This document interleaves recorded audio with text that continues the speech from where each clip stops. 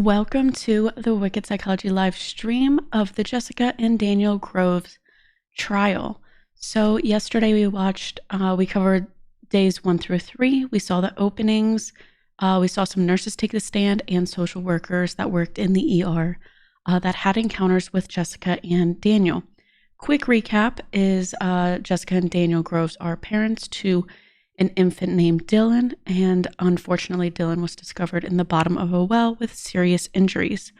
The parents claimed initially that it was an accident, and it's also worth taking note that Jessica initially pleaded not guilty by reason of insanity, but after the trial, but in the courts they found her competent, so she pleaded not guilty. Let's get started, and like I said, we'll start with Patricia Kraft as the caseworker and see what she has to say.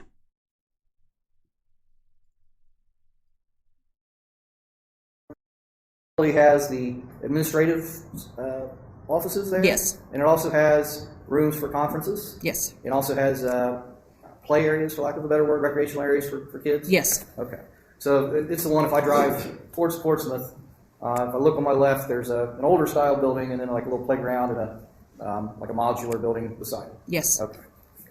And the conference room, was it in the main building? Yes, main building. And was any decision made with regard to the family team meeting at that point regarding the placement of Dylan Groves? Not at that time. Okay. And what was discussed in the team meeting? We introduced ourselves. I asked if there was any concerns with Dylan, and then the parents came in and they was introduced to the foster parent. Okay. Now, there's another son I don't want to leave out. They have another child? Yes. Who's that? Daniel Groves Jr. All right. How old is Daniel Groves? 14. 14. Was there any plan or care for Daniel? No, Daniel was still at his dad's with Dad. Okay.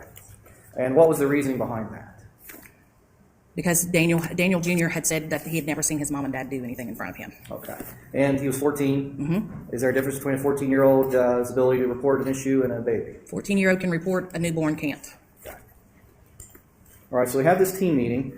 Did you go over the rules and requirements that Children's Services was going to have of the patient, or of the parents at this meeting? We did. We told her that she needed the drug assessment and alcohol assessment.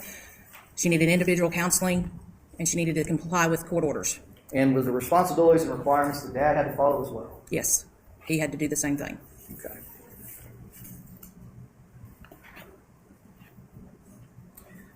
So that was followed, you mentioned, by a visitation? Yes. Were you part of the visitation? No. Was any worker at Children's Services part of the visitation? No. Who was in the visitation? Jessica and Daniel and Dylan. Okay. Initially, was Andrea Bowling part of the visitation? She was there, and then she left. Okay. Is that normal that they give them time with they give the baby time with the parents without foster care parent or a Children's Services worker there? Unless it's court ordered to be supervised. Okay. To your knowledge, was there a specific court order with regard to a visit to Children's Services being supervised? There's no order.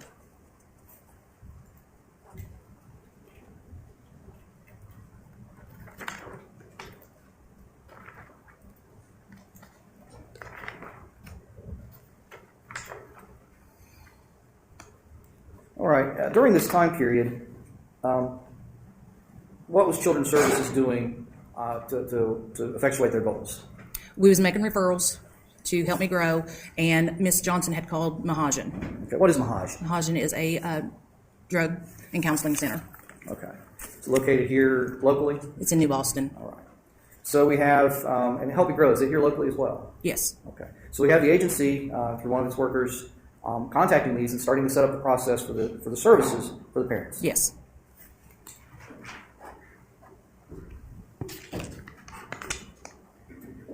And at some point, was there a change in the placement of baby Dylan? Yes. When was that? The change was on January the 28th is when he was to pick up Dylan. Okay. How was the change? How did the change happen? It was there was a conversation going on between Miss Johnson and the supervisor that if he could pass another drug screen, that he would be able to get Dylan back because he had no violent criminal history, he had no involvement with CPS, and that he passed his drug screen. Okay. And was he able to pass a drug screen at that point? Yes. And who administered that drug screen? I did. Okay. And you indicated before how you administered the drug screen. Did he explain how that drug screen went? He came into the building. I showed him where the restroom was. I told him not to flush the toilet or run the water. He went in. I stood at the door and I had it cracked open. Okay. Prior to that drug screen, did you search him? Make No. a search? No. Okay. You stayed outside. Did you have visual on him providing the sample? No.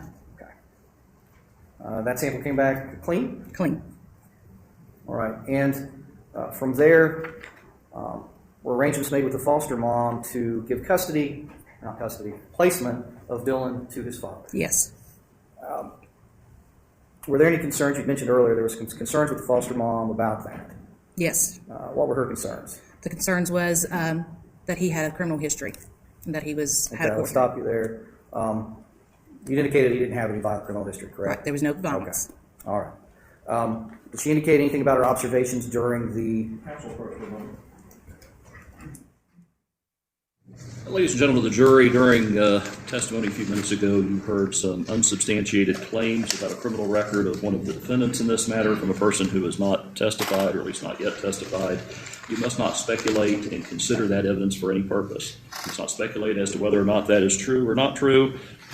If we get into that later, we'll address that at that time. Can you all follow my instruction on this matter? Is there anyone that feels that they cannot? One of the jurors have indicated they cannot follow my instruction. We'll expect you not to consider that portion of the testimony that will be stricken. Mr. Teeman, you may continue. Thank you, Your Honor. Ma'am, with regard to the visitation and the concerns expressed by Ms. Bowling, were there concerns addressed by Ms. Bowling as to her observations of the demeanor or the condition of the parents during this visitation? It was stated that she thought they was loopy, Okay. that Miss Groves was loopy. Okay. Did she make any concerns about the demeanor of Mr. Groves? No. Okay. Did she further explain what, according to the records, what she meant by loopy? That she was on drugs. Okay.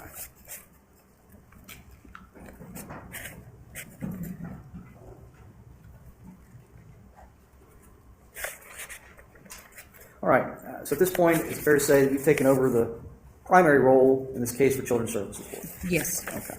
And was Mr. Groves under the same requirements that he'd initially made? That he be clean and not addicted to drugs, that he be employed, that mom only be in the home on supervised visits, that she would continue to do drug treatment, and that he would protect his children? Yes. What was your next step in your caseworker responsibilities? To make sure that the placement, that Dylan was handed over to Mr. Groves on Monday. All right. And how did that go? I was not there. I was in El Dorado, Ohio. It took place with my supervisor. Okay. Any indications from the record or from your knowledge that there was any issues with the transition? They was a little late. That's all I was told. Okay. Who was late? Mr. Groves. All right. So Mr. Groves was late for picking up his son? Yes. Okay. And when was your next contact supposed to be with Mr. Groves? I was supposed to go out on February the 1st, which is a Friday. But due to the road conditions, I was not able to go, so I scheduled it for Monday, the 4th. Okay. So was that the date where you were actually going to also go with Stephanie Jenkins from Help Me Grow? Yes. Okay. That's not a usual thing. That's not a requirement that she go with you at that point, but you guys were going that date together? Yes. Okay. And so when did you conduct the home visit? I conducted it on February the 4th. Okay. At 2 o'clock.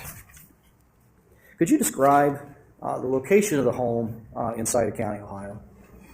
Once you turn into the holler, you go up, and then the trailer is back off in the woods a little bit. Okay. Is this in or near Otway, Ohio? Otway. Okay. And what was the address of the home? 2241 Mount Hope Road Okay. In Otway. in Otway. And is that in Sauter County, Ohio? Yes. Is the driveway paved or gravel or what? It's dirt. Dirt driveway? Yeah. Okay. On February 4th, what was the weather like that day? Cold and raining. Cold and rain. All right. What were the conditions on the driveway? Muddy. Muddy. What time did you get there? About 1:55. Okay. It's a stupid question, but I want to make sure. That's the afternoon, right? You Yes. get there at 1:55 in the morning. Yep. Okay. Who was at the residence when you got there? Jessica and Daniel Groves and Dylan. What about Daniel Jr.? He was not home from school yet. Okay. Where does he go to school? Northwest. Northwest High School? Middle school then. Middle school there? Yes. Okay.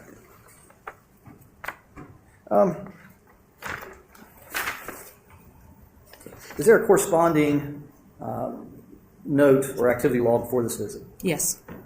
Is that on page 29 of 89? Yes. All right. At that point, had these other services been set up for the family? They've been scheduled. Okay. What was scheduled? The Help Me Grow was supposed to go out on the 1st, but she said she would go another time. But she was already in Mahajan, so Okay. Who was already in Mahajan? Miss Groves, Okay. Jessica Groves? Jessica Groves. Okay.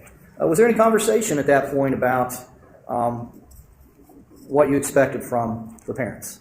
It was asked if she needed to continue to go to Mahajan, and I told her that she needed to go until further notice. Okay. Were there any issues with the home itself? No. Were there any issues with the surrounds of the home? No.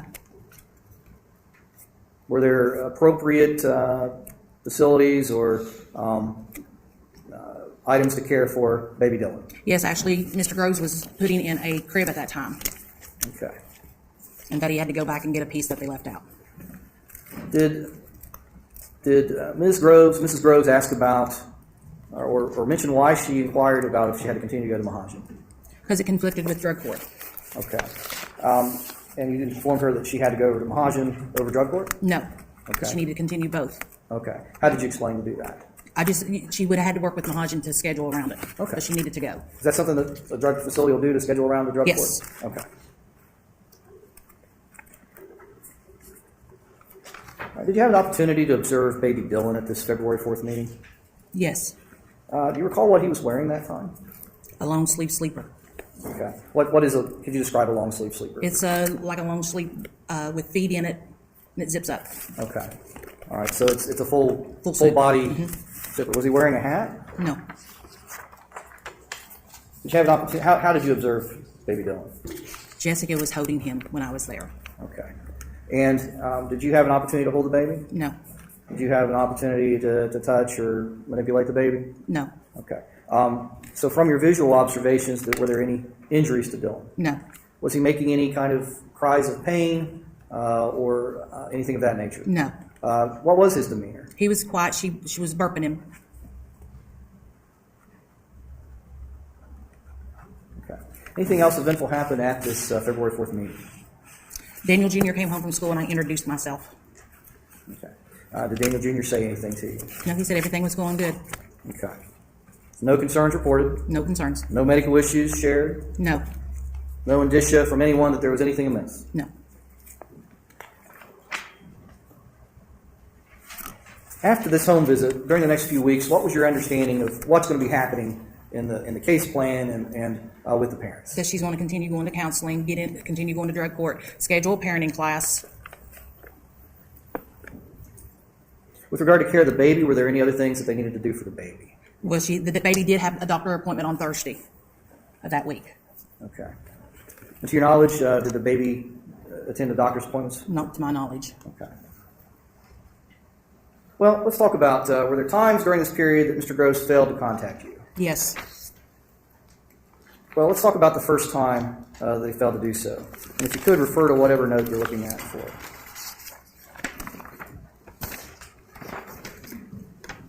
February the 21st. Okay, and what page are you on the records? It would be 30 of 89.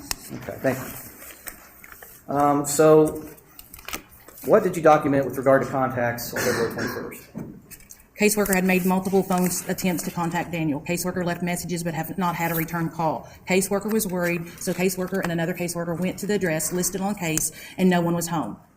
Caseworker staffed with Lisa Thomas, who instructed us to go to the school and talk to Daniel Jr. Okay. Let me back you up. So, it said multiple phone attempts. When did these phone calls start happening? Early in the morning, Okay. What day did they start happening? on the 21st. Okay. Were there any phone call attempts between when you saw them and February 4th and February 21st?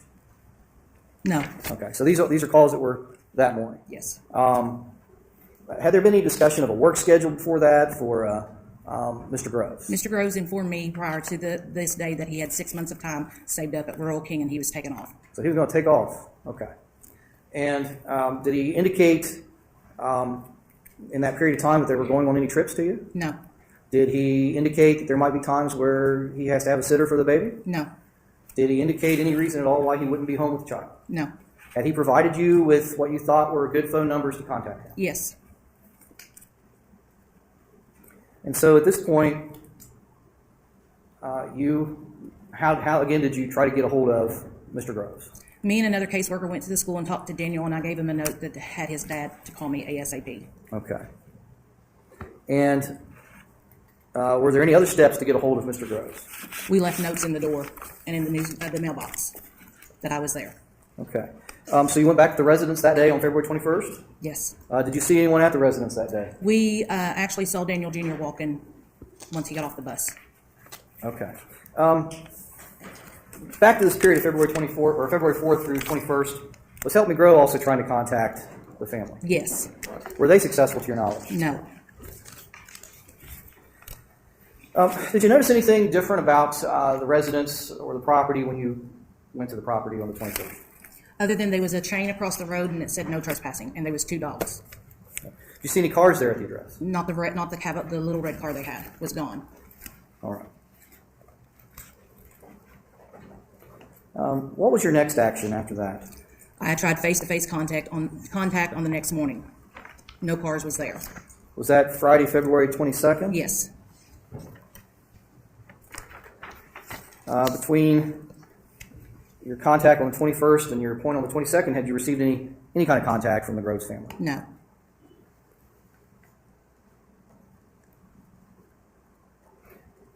What was the next step to try to contact them? The next step was on the 25th. I completed my monthly home visit. Dylan appeared to be clean and appropriate dress. Had they gotten a hold of you between when you left your note on the 21st and the 25th? No. Did you leave another note on the 22nd as well? Yes. All right. So during this period, you left several notes. Well, three notes. 3 notes. All right. One with Dylan Jr., one in the mailbox, and the second one in the mailbox? And a card in the door. And a card in the door. Yeah. Okay. All right. So you get there on the 25th of February, correct? Yes. All right. And was there any explanation given as to why they didn't call you back? They said they went to the doctor on the 21st. Okay. But no call after. Did they acknowledge getting the notes? Did not. All right. So tell us about this visit on the 25th of February. Who all was there? Daniel and Jessica and Dylan. How was Dylan? Dylan was fine. Daniel had stated that he went to the doctor and he weighed 8 pounds and 9 ounces and was 22 inches long. All right. And you're referring to your note on page 31 of 89 of the Yes. activity log? Okay. Was everything at the house appropriate? Yes. Was there any issues brought up by Daniel to you? No. Was there any concerns at this point about issues with his requirements under the case plan? No. Was there any concerns brought up about Jessica's compliance with the case plan? Jessica was not spending the night there. She was there during the day, but she was not living there. Who told you that? Daniel. Okay. Certainly, in this time period, were you guys going out at night and checking to see if she were there? Not at that time. Okay. So at that point, you're relying on Daniel's representations that Jessica is not sleeping there. Yes. Do you recall what, and I know it's been a year, but do you recall what baby Dylan was wearing on this visit? It was cold that day, so he was wearing a long sleeve sleeper. Okay. Anything on his head? Nope. You're inside a house. Is the house warm? Yes. Okay. Did Dylan have a lot of hair? Not a lot. It was starting to grow. Could you see the scalp and the skull? Yes. Were there any injuries that you noted to the scalp or the skull? No. Right. Any injuries to Dylan in any other way? No. Did you inquire if everyone was keeping their appointments? Yes. And did either parent indicate that they weren't keeping their appointments? No, they said they was keeping them. All right. Was Daniel there when you inquired? Junior or Senior. Daniel Yes, Senior. he was. Okay. And did he volunteer anything to the contrary? No. Did either parent indicate that Mrs. Groves had not been compliant with her drug treatment since February 8th? No. At that point, had Mrs. Groves given any clear indication of where she was staying at night? Friends and family. Any other details besides that? That was it.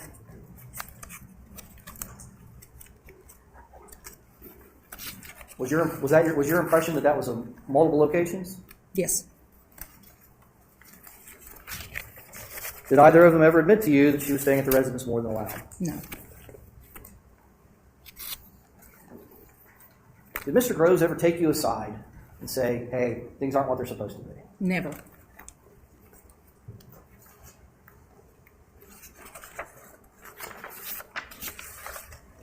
When was the next time you were supposed to see the father? 318.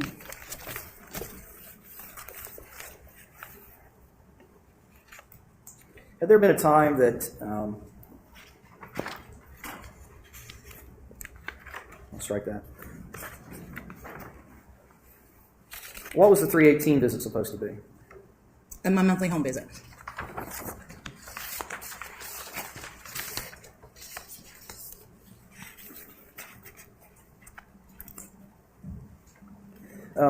Where was that? Was that visit to take place there at Mount Hope Road? Yes. And did the visit take place that day? Not that day. Why not? I got a call stating that he was in Canton, Ohio with his father who had a heart attack, and he needed to schedule it for Thursday at 9 a.m. Okay, and this is referring to your note on page 32 of 89? Yes. Dated 3/18/2019? Okay. So when did that call come in? That morning. When were you supposed to be at the home? That morning. Okay. Was this a sudden thing, according to the text? Yes. Okay. Were you able to ever confirm that story? No. Did you make attempts to confirm the story? Later on. Okay. Was the visit rescheduled? Yes. When was it rescheduled to? 321. Did that visit occur? No.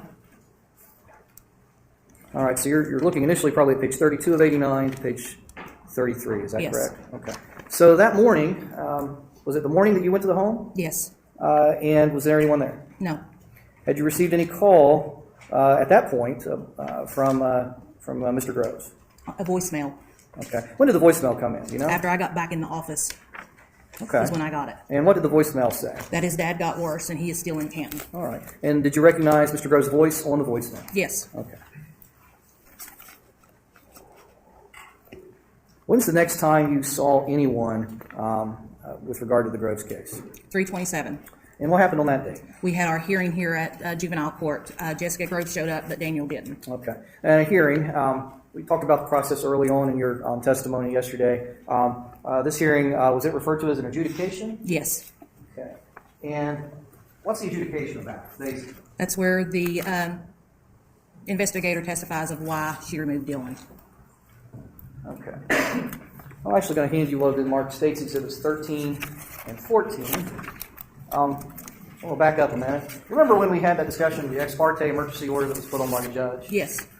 Would there be another order confirming that? Should be. Okay. I'm going to put it on the screen here. Well, I'll hand it to you first after I approach counsel. States exhibits 13 and 14 for counsel. I'm handing you what's been marked as States Exhibit 13. Do you recognize that document? Yes. What is that document? It is the decision. Okay. Is that the decision for the confirming the initial emergency order? Yes. And does that decision keep custody of children's services? Yes. All right. And that's dated January the 28th. January 28th. Okay. So I'm going to put it up here on the screen. The States Exhibit 13 appear to be a true and accurate copy of the court's entry. Yes. Okay.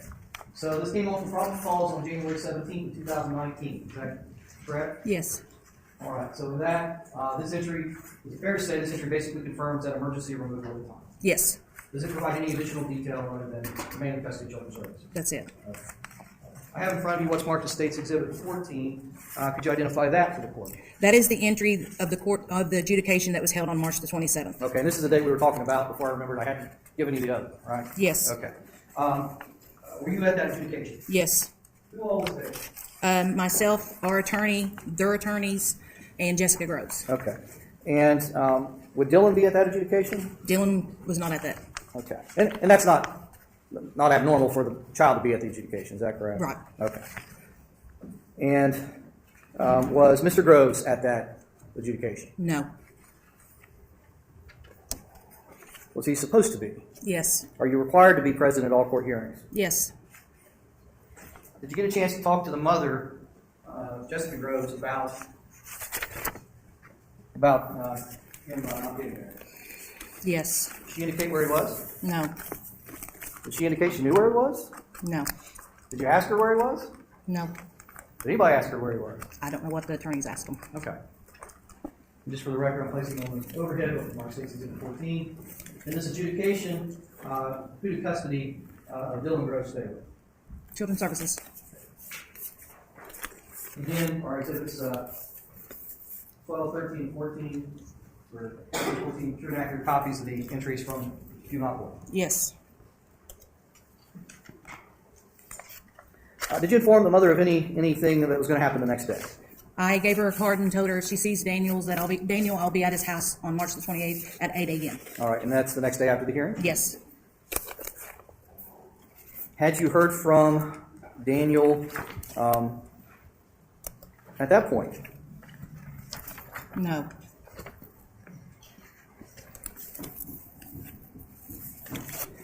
Now, on March 28th, you indicated you were going to be out at the home at 8 a.m. Yes. And I believe we would be on page 33 and 34 of your activity log. Is that correct? Yes. Were you able to see some individuals at the home that day? Yes. Who all was there? Daniel, Jessica, and Dylan. Did Daniel explain to you where he was when he should have been in court? No. Did you inquire? No. Is missing court a big thing? Depends on the parent. All right. For you, is it a big thing? There's a lot that don't come. Okay. What kind of people don't come to court? Ones that's hiding stuff. I'll withdraw the question. When someone misses court, who is a parent in your caseload, do they often explain why they miss court? No. And again, Mr. Groves did not explain any rationale for missing court the day before. Correct. Did he talk about his trip to Canton? No. Did he talk about his ill grandfather? No. Judge, Your Honor, I believe that this is clause that she had previously discussed. You're taking good notes, and we'll follow up that on cross-examination. Judge overruled. Who was there at the home? Jessica Groves and Dylan. And Daniel. Daniel Sr.? Yes. And how was Dylan? Dylan was taking a bottle when I got there. Who was feeding him? Jessica. Do you recall what he was wearing? A long sleeve sleeper. Okay. Was he making any crying or any other sounds? No. Was there a point where he wasn't taking the bottle when you were there? Yes. When was that? When I was getting ready to leave. Did he make any sounds then? No. Who was holding him at that point? Jessica. Was Dylan manipulated or moved around from your observations at that point? No. Was Dylan wearing a hat? No. You indicated he was wearing a sleeper. You described one earlier. Is that the same style? Yes. Long sleeves, pant legs? Yes. Did you note any injuries to his head? No. If his head were swollen or black and blue, would you have noticed that? Yes.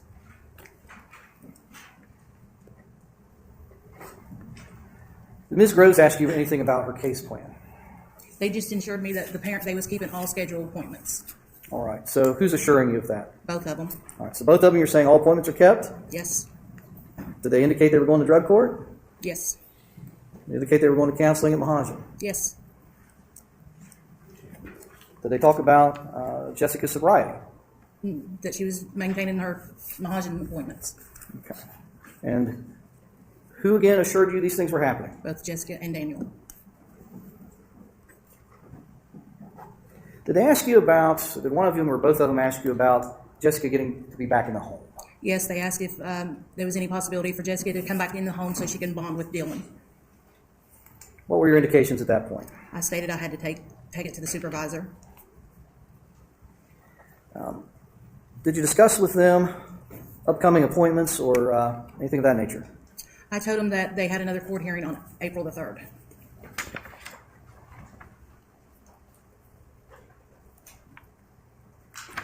Before April 3rd, were there any attempts to contact Daniel or Jessica? There was one on the 28th with Jessica, I got no response. Was this after your home visit? After I had left, yes. Was there an attempt to contact Daniel after your home visit? I texted Daniel's phone also on the same day, asking him to call me. He texted back and said he would call me just as soon as he gets signal, that he had been sitting with Jessica after I left this morning. He stated she went to the bathroom and had a spell with her UTI, and she was sick and was trying to get into the doctor, been waiting on a call back. He stated he was taking her to the ER and will call caseworker in a minute. Caseworker stated, call me when you get a chance, not a hurry. Let me ask you, were you able to tell if there's any kind of phone signals out in Otway where they live? Very limited phone service. You can get a text better than you can get a phone call. All right, because I noticed a lot of these interactions are via text. Correct. Was that the reason? Yes. Okay. And did Mr. Groves call you back that day? No. What day again was that? 28th? 28th. Did Mr. Groves call you the next day No. or text you or contact you in any way? No. What about the day after that? No. Till April the 3rd is the last time that I had texted him. Okay. It's really sad that, you know, they're not showing anything. They're not showing anything within their life that they don't want this baby. You know, they're taking care of the baby as best as they know how, I assume, and everything. So it's so shocking that if they didn't want the baby, all they really had to do is, you know, they have these caseworkers coming in and they could have expressed something. So it's just so tragic that, you know, it's like they're trying to do everything they can to keep this baby. It feels like, you know, can I come back in the home? Whether that's to, you know, actually bond with the baby or for her to be able to use with her significant other is a different story. But it's just so frustrating because all they had to do was basically give up the baby, right? The baby ends up going to foster care. At that point, they could have not tried to show, look how I'm doing better. Give me back my baby. You know, you're not going to get, as far as I know, you're not going to get in serious trouble or anything just for admitting that you are not in the right state to take care of your own child. And that's just not something you want for your life. Yes, that's really sad and horrible and tragic, but that's almost more mature of them if they were able to do that to avoid all of this. And I feel like through this and hearing the testimony from this caseworker, that's really what I find so frustrating is there were simple solutions that they could have taken. They didn't. And then the tragedy happened. And it's just so tragic. And I wish more people at least would speak up, you know, speak up that they need that help and not keep trying to convince people, right? These caseworkers are only seeing such a small snippet within their life. They're going in for a few minutes, checking out the home, checking out the baby, checking out everything. And it's easy to fake it, right? Versus trying to fake it for an extended period of time. So during this period of time, you're making other texts or attempts to contact them? What was supposed to happen on April 3rd? Court hearing. Juvenile court? Juvenile court. And did the court hearing go forward? It was rescheduled for April the 18th. Between April 3rd and April 18th, did you attempt to contact Mr. Groves? Before that, on the day that I visited on March the 28th, I had scheduled my next appointment for April the 9th. Okay. What note are you looking at there?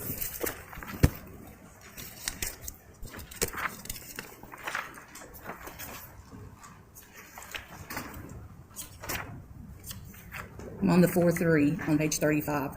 Okay, thank you.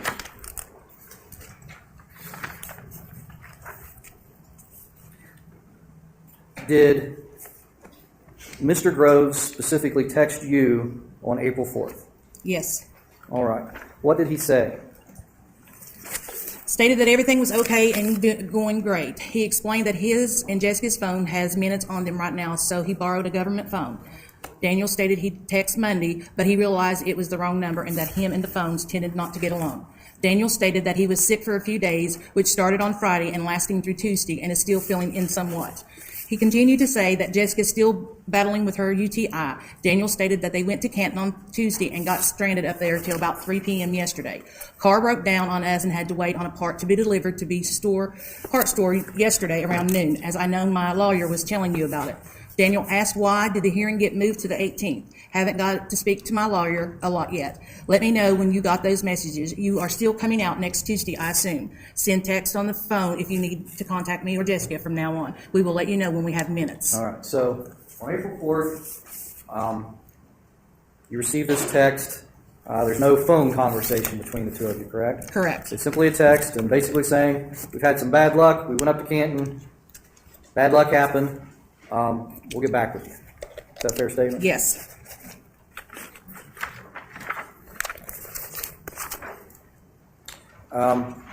There's additional, we don't need to go through that, but was he also asking via text about maybe getting some gas vouchers and things of that nature? Yes.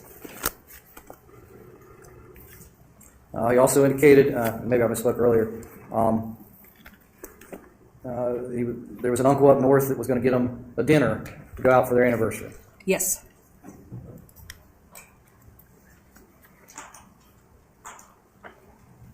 And so he was asking to reschedule something at that point because of that free dinner. Yes. Right? What was he asking to reschedule? To reschedule the home visit that I had scheduled for April the 9th. Okay. And were you accommodating? Yes.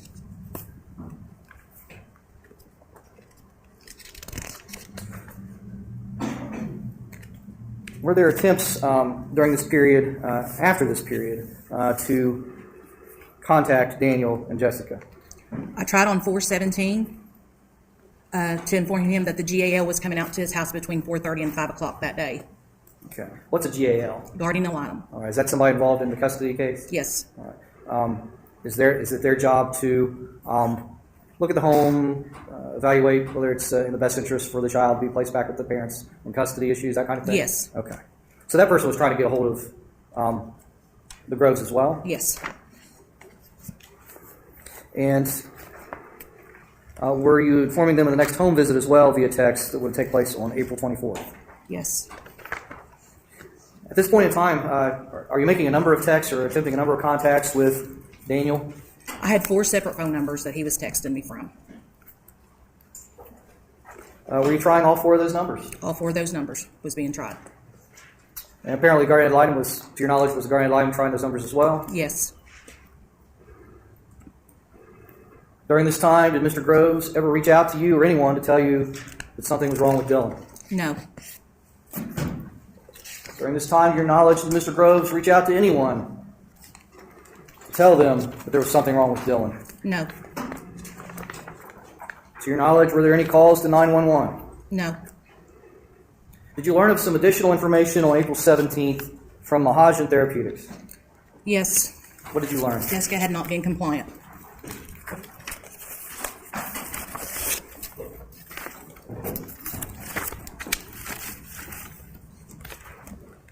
How long had she not been compliant? She had not had her individual therapist or any compliant. February the 8th was her last individual session, and her last group attendance was March the 26th. Was she supposed to continue to have individual sessions during the period of February and March? Yes. So other than this one noted group attendance on March 26th, had she been compliant with Mahajan? No. It was the 26th. And if I recall, is that the date before the hearing? Date before the hearing.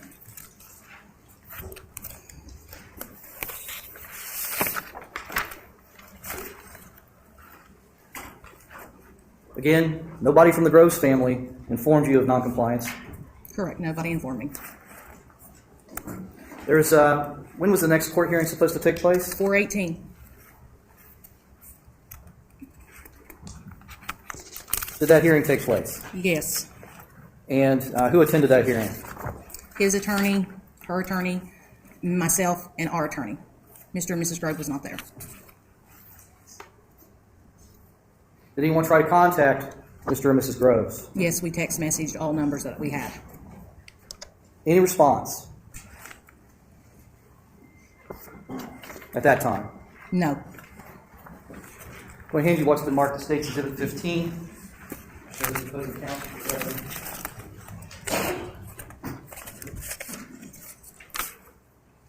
And what is this document purport to be?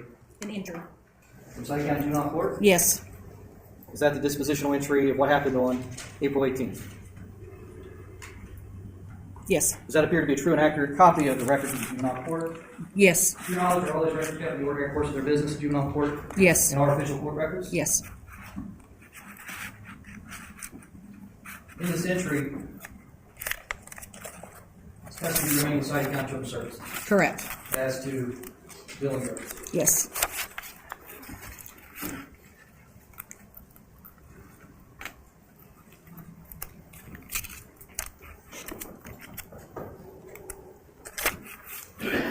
Did you receive another contact from Daniel, Mr. Groves, Daniel Sr., via text? Yes, on the 19th. Prior to that text, were any attempts made to contact them? We'll On go to this- page 44.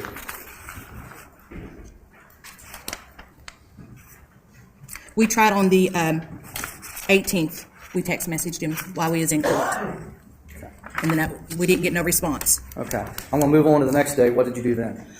I received a text on April the 19th stating he was still up north and that a friend is watching his home while he is away. But I also made a home visit, an unannounced home visit, with another caseworker that morning. Okay, so that was before this text. Yes, So you go out to the home with another caseworker, yes. and what do you do when you get to the home? We knocked on the door for several minutes. We looked around. I left a card in the door and in the mailbox for him to call me.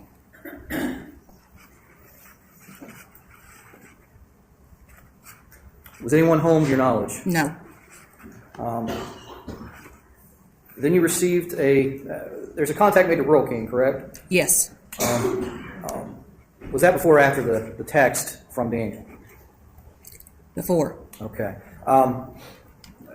You contacted Rural King. Why did you contact Rural King? I wanted to verify he was working, and maybe he went back to work, is what I thought. Okay. What did they indicate as to his employment status? He had not been working there since 2018. Do you recall when in 2018 he quit working there? No, So you received this text that they're up north, friends watching the house. Does he say anything or represent to you anything about the health of Dylan?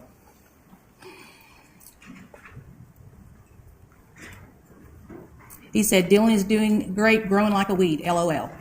I was going to contact you when I returned from this trip this weekend. My uncle come down and picked us up because my car is broken down and can't really drive my truck from hitting a deer. My friend is going to drive my truck this weekend, some just like from his house to mine, which is only like 8 miles away from my house, and he sometimes we'll be riding the four-wheeler back and forth as well, he told me. But I will contact you when I return home. It will probably be Monday night or Tuesday morning, whenever my uncle can bring us back. But I will definitely be in contact with you. Is court still set for May 18th? Just wondering, because that's what the last paperwork I received, it would be anyways. But wanted to let you know everything was okay with us, and sorry haven't been in contact. It's just been rough having no phone, and I hate to ask to use other people's phone. I feel like I bother to them. LOL. Happy Easter to you and your family. Talk to you next week. He's already contacted you from 4 different numbers, right? Yes. Once again, this uncle's coming down to pick him up. Yes. He mentions May 18th as a court date. What was the court date supposed to be? April 18th. April 18th. He mentions that Dylan is growing like a weed. Yes. LOL.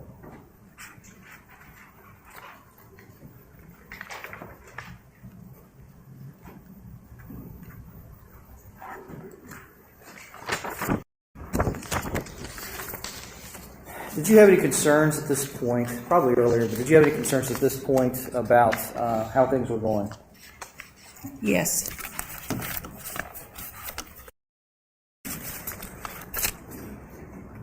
Well, let me ask you this. As a caseworker at Children's Services, again, how long had you worked there? I worked there before I got Dylan's case. I was there 6 months. Okay. In that 6 months, had you had a number of cases that you worked on? Yes. Is it sometimes common for people not to contact you? Not all the time. Not all the time? Okay. Did this case concern you more than those other cases? Yes, How so? because I hadn't had contact for so long with him, and where we was trying to get in touch with him. And so at this point in the thing, he's supposed to stay in contact with you. Yes, Mr. Groves is supposed to ensure the children are protected. Correct? yes, Mr. Groves assured you that Mrs. Groves would be going to drug treatment. Correct? yes, yes, That she wasn't in the house more than what you guys allowed. correct, He had represented to you that he was employed. correct.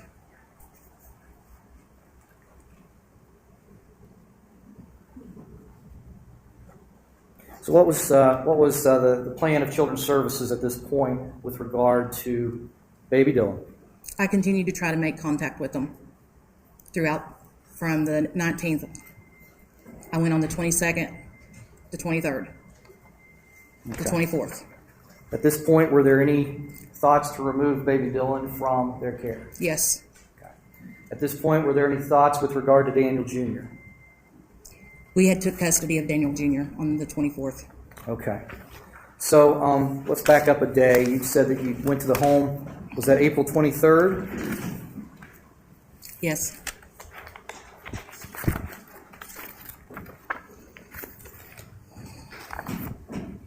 All right. What did you observe at the home? no one was home, so we left a note in the door and in the mailbox. The items on the porch was not the ones that was left on the porch Friday evening when I was out there with the sheriff. No one answered the door. There was a trailer parked in front of a camper. The attachment to the truck was off. Truck was turned around differently. Bathroom window was down, and the living room window was up. Motion detectors made the noise where in the past they never made the noise. Let's talk about that in a minute. You mentioned before there was sometimes a chain or a wire across the road to get to the home, the driveway? Yes. Okay. Were there also, did you notice motion detectors? Yes. Where were those located? As you're going into the driveway, it's almost to their trailer. One's on this side and one's back here. All right. And to your knowledge, were those located there every time you visited? Yes, but they never made a sound. Okay, so this time they're making a sound. Yes. You indicated that there were items on the porch from the previous Friday. Yes. What were those items again? There was some water jugs, some shoes. There was some sort of like a ladder up against the wall of the trailer on the porch. Okay. It was And cleaned. it was clean? Yeah, it wasn't cleaned before. Okay. So somebody had been there. Yes. How long did you stay, to your knowledge, if you recall, at that residence on 423? 5 or 10 minutes because we knocked and screamed and looked around. Look in the window, Yes. pound on the doors. Yes. What did you do next? Then we went to the school to talk to Daniel Jr.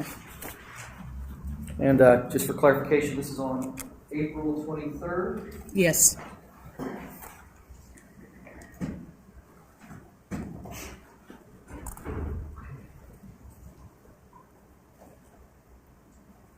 And was that a Tuesday, to your knowledge? Yes. So Daniel was in school at Northwest. You went and spoke to him? Yes. What was his demeanor? He was nervous talking to us. He calmed down a little bit later on. We just asked about Dylan, and he stated he was fine. I also asked him about his mom staying at the house, and he said yes, and then said occasionally. I did request to tell his dad that I needed to talk to him ASAP. Did you ask him about anybody else in their family? I asked him about the Daniel's senior's dad, which would be Daniel Jr.'s granddad. What did he say? Who was that?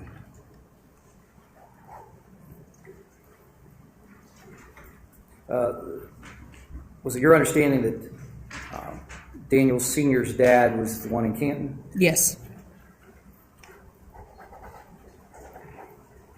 And so when you asked about Daniel Jr.'s grandfather, He had no clue who I was talking about.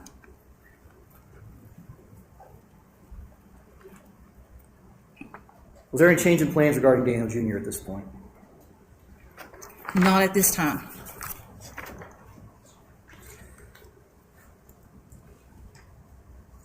What was the next action by Children's Services? We went back to the office, and then on, Skip ahead to page 50 of 89.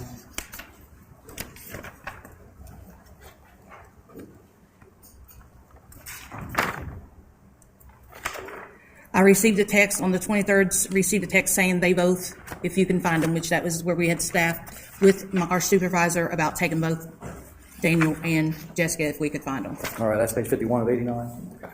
So at that point, Children's Services has decided we're going to get physical as well as legal custody of both. Yes. All right. How did you obtain custody or physical custody of Daniel Jr.? I went out on the day, and I had called the school and told them not to let Daniel leave the school, that I would be out there to pick him up. And did you do so? Yes. And were you able to find an appropriate placement for Daniel Jr. at that point? Yes. Who? He's with his aunt and uncle. Okay. Was there an evaluation on their home? Yes. Safety audit? Yes. Drug screens? Yes. Background check. Background check? Yes. Okay. When you were there, did they receive a text from Daniel Groves Sr.? Yes. Did you have the opportunity to review that text? Yes. What was that text about? They wanted to know why Daniel didn't get off the school bus. So at that point, it's still April 23rd, correct? Correct. 24th. 24th, I'm sorry. So at that point, on April 24th, you guys you remove Daniel Jr. from the home, so he doesn't get off the school bus. And while you're still at that home getting him settled, they receive a text saying Daniel didn't get off the school bus. Correct. From Daniel Groves Sr. Yes.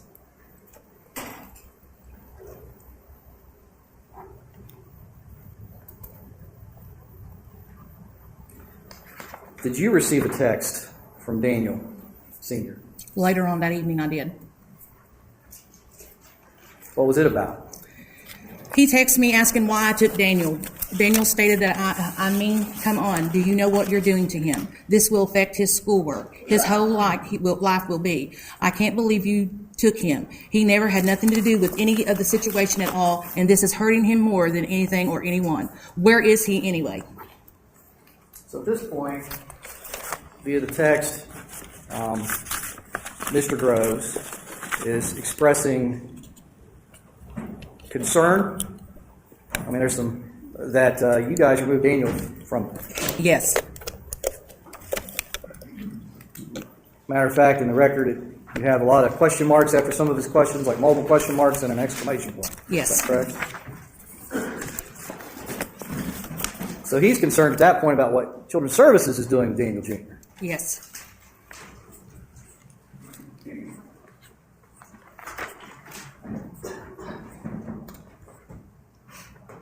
What was Children's Services' next step? What was your next step with regard to this case? Oh, wait a minute. Let me back up. Did you receive any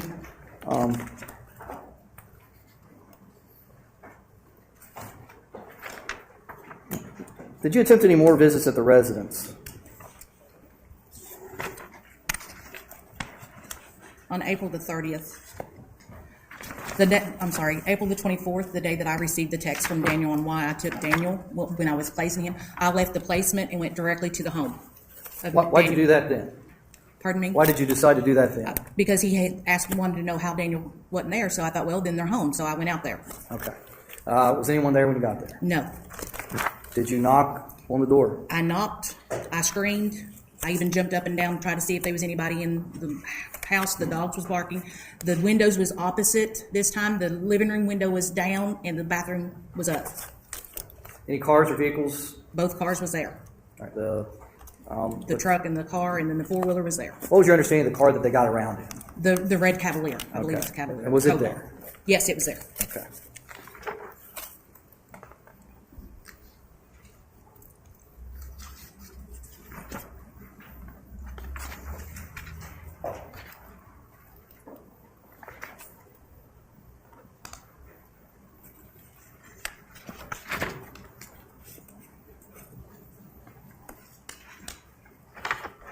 During this time period, and if you could talk in general, were there texts forwarded to you or directed to you that were from Daniel?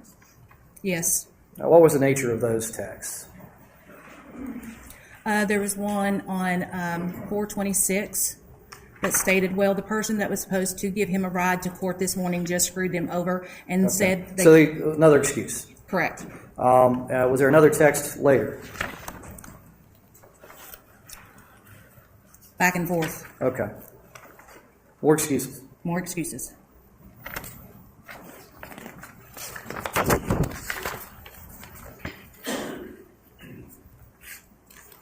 What action was taken by, was there a representation made by Daniel Sr. to you that he would be returning baby Dylan?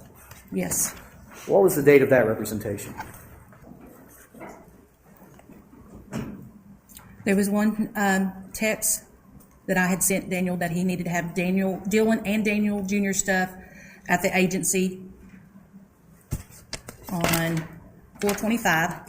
And then once again, I received a text at 7:52 a.m. stating that he'd bring Dylan to our agency the first thing Tuesday morning, Okay, what page are you on for that, ma'am? 55 of 89. Thank you.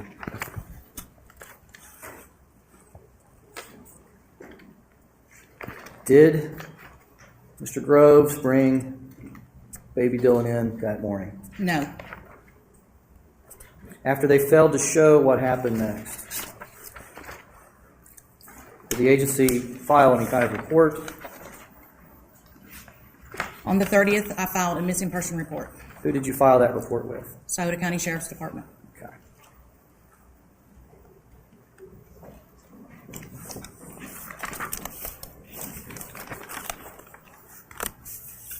At this time, did you also receive information from Christ Care Pediatrics? I received information from them on May the 1st. I received an email stating that they was trying to get in touch with me. To your knowledge, had Christ Care been attempting to contact the parents as well? Yes. And were they successful in contacting the parents? No.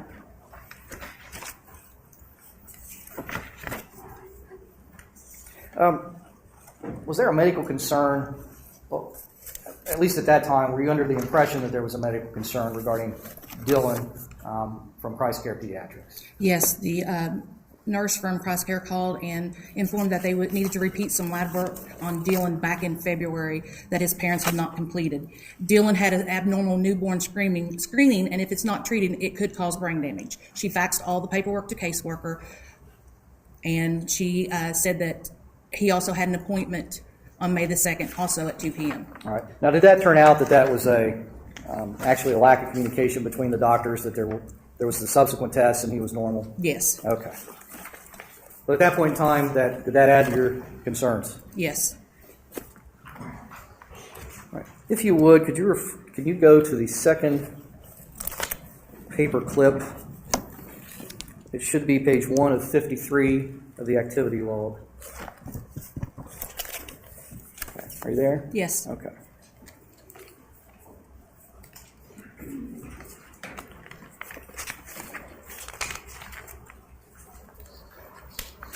So at this time, what was the agency doing to try to get baby Dylan back? We was trying, I was text messaging him. I was trying to get a court order for the sheriff to help. We also did tried to get an Amber Alert. Okay. How many texts were you sending? I texted him on every phone number that I had for him. Did you make any attempts to follow up with any relatives up north? Yes. Did you have any luck with that? No. What did you do to try to find him? I Googled the Groves name in Canton, Ohio. So I took each name and dialed every phone number. A lot of the numbers was disconnected, but the people that I did talk to didn't know who I was talking about. So every Groves listed under Google in Canton, Ohio, you made an attempt to call. Yes.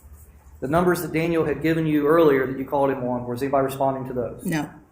Had Daniel ever given you a number of any of his relatives up north? No. Had Daniel ever given you a name of any of his relatives up north? No.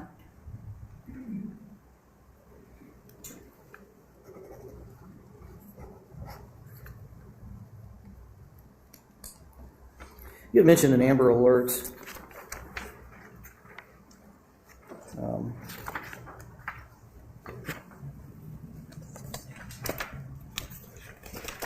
Let's back up a moment. On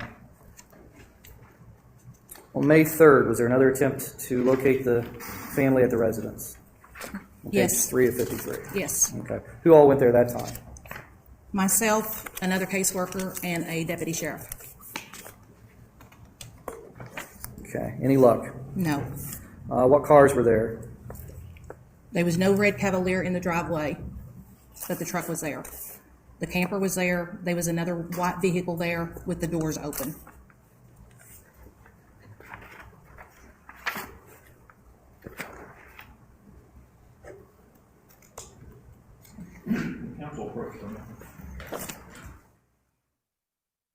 Do not discuss this case amongst yourselves. Do not discuss it with anyone else. Do not permit anyone to discuss it with you or in your presence. It is your duty not to form or express an opinion on this case until it's finally submitted to you. Ms. Kraft, I would remind you that you're not to discuss the substance of your testimony until you finish your testimony here today. All right? You can stay there or you can take a break if you need to. Just be outside the door here in just a few minutes. When the jury's ready to return to the courtroom, we'll return and finish the morning's testimony. Court is recessed. The witness is, Ms. Kraft is back in the witness stand. The state ready to proceed? Yes, Your Honor. Defense ready to proceed? Here, Your Honor. Yes, Your Honor. Mr. Teeman, you may continue to inquire. I'm going to direct your attention to May of 2019. Of various attempts the Children's Services made to locate baby Dylan. Was there an attempt made on May 7th at the residence to locate the Groves family? Yes. I'm sorry, I couldn't hear you. Yes. Okay. Was that the one where another caseworker, Megan Hankins, went out? Yes. Okay. At that point, was the car there? Yes. As well as the full-size pickup truck, Dodge. Okay, all the vehicles that you knew they may have utilized. Yes. Okay. Was there another attempt on May 15th by Children's Services at the residence? And that would be page 16 of 53.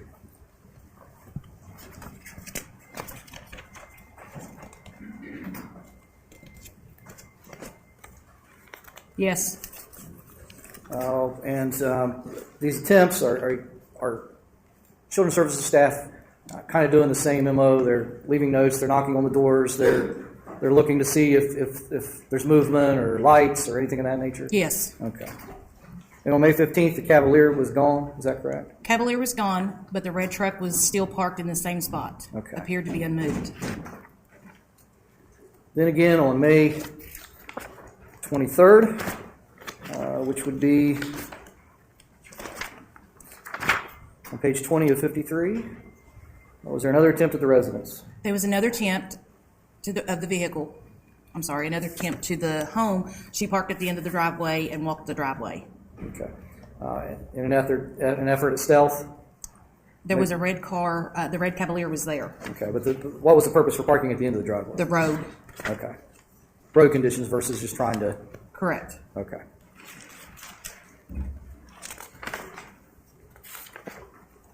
Well, May 31st, was there another attempt at a home visit? It'd be Yes. page 23. Okay. No red Cavalier? Truck in No. the same spot? No red Cavalier in the driveway, and the red Dodge pickup truck appeared to not have been moved.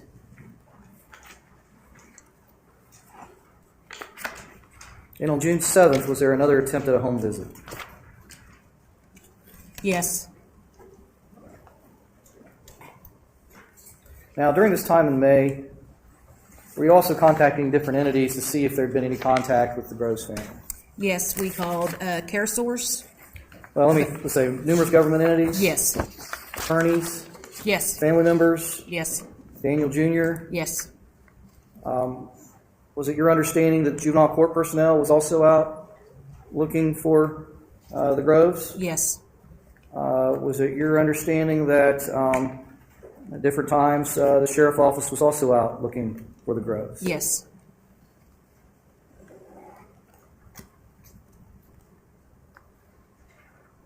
Ultimately, on June 10th, were the Groves apprehended by law enforcement? yes.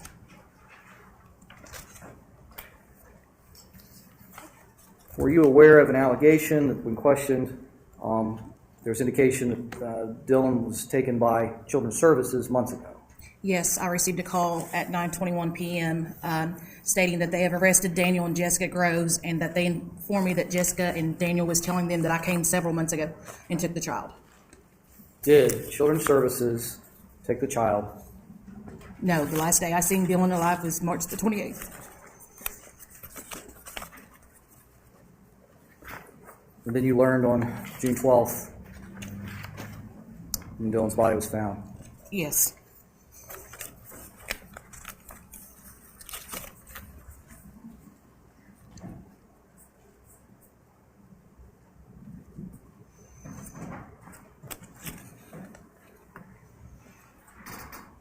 Thank you, ma'am. No further questions, Your Honor. Thank you. Designate cross-examined witness. Just a second, Ron. Okay.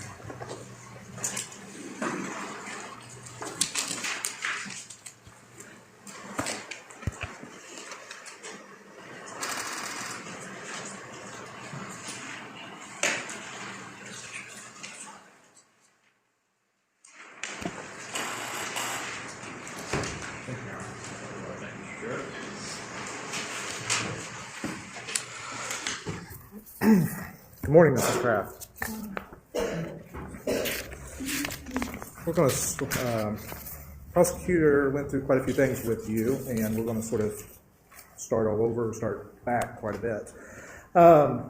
When you mentioned your, how long had you been with the agency? I think you mentioned that earlier. I was hired in June of 2018. So, okay. And you mentioned, where did you work before that? Shawnee Family Health Center, Shawnee Family Health Center, which is, a mental health facility and a physician's office okay, what did you do there? as a caseworker, Okay. Same type of work, just with adults. just with adults. Okay. Where did you work before that? I worked for Rest Care, Okay. Did you have any sort of casework experience before that? just with my internship that I had for my degree. Oh, okay. Okay. So when you came over to Children's Services, was there any training involved? We do core training. You do what? I'm sorry. Core training? Core training? It's 8 trainings that we have to go to throughout the first year. Okay. Are those somewhere that you go It's to? or- Athens. Athens? Yes. Okay. Are they a week long, day long? How long are they? Some of them's 2 days, some of them's 1 day. It just depends on what the core training is for that week or that Okay. month. And you have done, you said 8 of them? 8 of them, Okay. When you got involved in this case, have you done all your training? not all 8. Not all 8. How many have you done? I had done 6 at that time. I'm sorry? 6 at that 6? time. Okay. All right. So is it fair to say that if you not completed your core training, that you're still working as a caseworker and responsible for high-profile cases? We're still involved in cases. Okay, all right. You weren't working you didn't have you're the only caseworker on this case, right? Yes, Okay, all right. So in January, starting in January the 25th. okay, so I'm trying to get at, you were the only caseworker on this case, but you had not completed your training. Correct. Okay. In that training, are you taught or given examples of how to write a report, how to put information into this activity log? Yes, Okay. Are you told what to specifically put into this activity log? the safety, the surroundings, if the baby's clean, if we view any marks, anything like that. Okay. Is it general or is it specific as to what you put in the activity log? Well, The training. At the training? Yeah. Oh, it's specific. It depends on the child and the surroundings, what we put in there. But the safety we check, the housing, the baby if they're cleaning, just safety needs and basic needs. Okay. What I'm getting at is that core training, do they tell you to be specific or do they give you certain wordage that you need to put in there? We need to be detailed. Detail. Do they look for specific words? Do they say at training you need to put these specific words in it? Not necessarily. Not necessarily. Okay, thank you. You did 3 home visits, correct?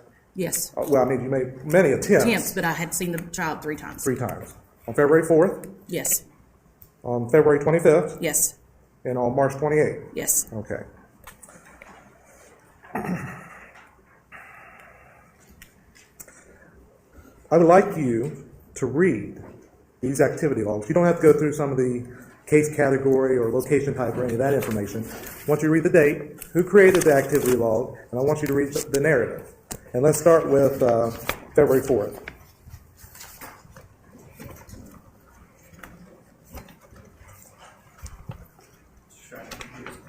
Oh, I'm sorry. That's I got that at page 24 of 46. Okay. Okay. Could you activity date created by and then the narrative? It was created on February the 4th Okay. by Patricia Kraft. Okay. And it states, caseworker completed 7-day home visit with Dylan and Daniel. Jessica and Daniel both were there when caseworker was visiting. Daniel is doing good. Dylan is doing good, I'm sorry. Okay. Daniel came in from school when caseworker was there. Daniel stated that things was going good. Jessica stated that Mahajan has her on a low risk. Jessica also stated about drug court. At that time, she was going. Let me stop you right there. I think you're ad-libbing a little bit, and I would like for you to read it word for word. Jessica stated that Mahajan has her on low risk. Jessica also stated about drug court. No, that's not. Asked about drug court. Yes, let's. Jessica also asked about drug court. At this time, she is going to Mahajan's twice a week and gets drug screened twice a week. She goes through groups the same time. No. She has groups the same time as drug court. So caseworker advised her to go to Mahajan until further notice. Let me just stop. Your Honor, I would like you to instruct the witness to read it verbatim. Your Honor, oh my. Briefly. Want to come to the bench? No, ma'am, read it to the best of your ability. The document speaks for itself. If you wanted to read it, that's fine. If you don't like how she read it, Mr. Stratton, you can have the jury review it and submit it as evidence. Yes, Your Honor. Please, continue, Mrs. Stratton. So caseworker advised her to go to Mahajan until further notice. Jessica and Daniel asked about the immunization card, crib card from Dylan's discharge paper. Caseworker will locate them for them. Dylan has a crib, a swing, and all necessary things. Dylan has a doctor's appointment on Thursday. Dylan and Daniel's basic needs are being met by the parents. Dylan and Daniel appeared clean and appropriately dressed. No placement concerns were reported. No medical concerns were reported. Interaction between the parents and children appeared positive and supportive. No physical hazards were viewed in or around the home at the time of visit. There is no safety plan in effect currently. While assessing the child's safety, well-being, and the appropriateness of placement, caseworker determined vulnerability for CAN is low. There is no status change reported for the parents. For the jury, could you explain what CAN is? Child abuse and neglect. Okay. And again, that says low, correct? Correct. Okay. I am going to show you what is Defense Exhibits A1 through H1.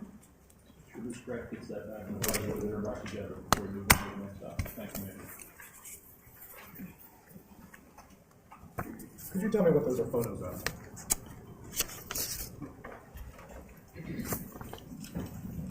The home, the living room, the bedroom, Dylan's playpen, another playpen, another playpen, a playpen, and playpen.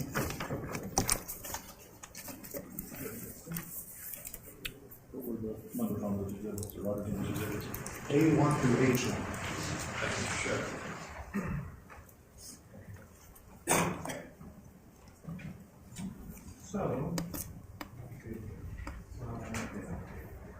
So A1, is this the home of the Groves? Yes, Okay. And these are the windows that you mentioned before that you looked in, correct? yes, Okay. You look in all of them? no. Okay. Did you look in these windows? I looked in the one beside the door. Well, inside the door, okay? Yeah, You said you had to jump? yeah. See that. So, D1. D1. You said you looked in the home, you've done 3 home visits. Did you go throughout the house, look in the rooms, make sure there were a bed, food, it was clean? Daniel was putting the crib together. He had it to be put together when the first visit I was there. Okay, is this the crib you're talking about? No, Okay, all right. So, have you ever seen this crib before? no, not that one. Not that one, okay. Again, what is that a picture of? Of a bed. C1, you know what this is a picture of?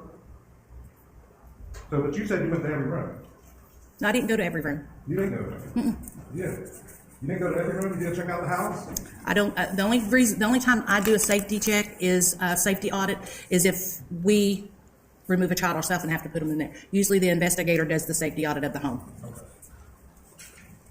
So on these other exhibits, you mentioned, again, you don't know what this crib is. You have never seen this crib. Never seen that one. Okay. And, never seen that. Same picture, same crib. Which is that, sure? Oh, E1, you're on. Going over there. And then a couple other pictures of the crib that you have not seen. G1 there, Your Honor. And then picture of closer to the crib that you claim you have not seen. Correct? Correct.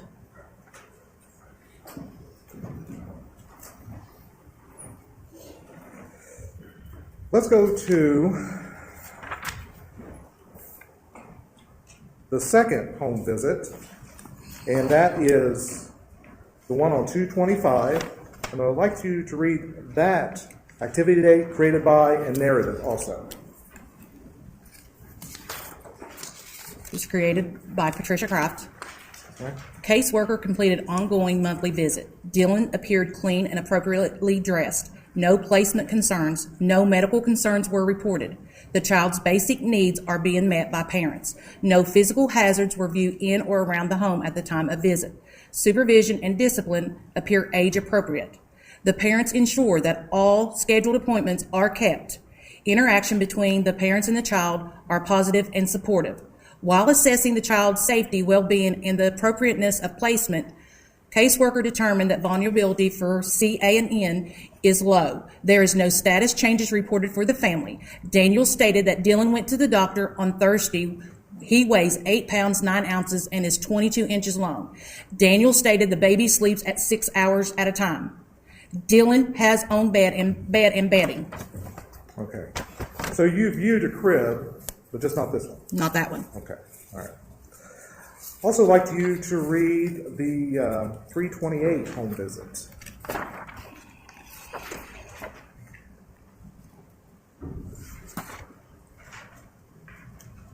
Created by Patricia Kraft. Caseworker completed ongoing home visit. Dylan was taking a bottle when caseworker arrived. Dylan appeared clean and appropriately dressed. No medical issues were reported. No placement concerns were reported. The child's basic needs are being met by the parents. No physical hazards were viewed in or around the home at the time of visit. Supervision and discipline appear age appropriate. The parents ensure all medical appointments are kept. Interaction between parents and children are positive and supportive. It was discussed if there was a possibility that Jessica could come back home.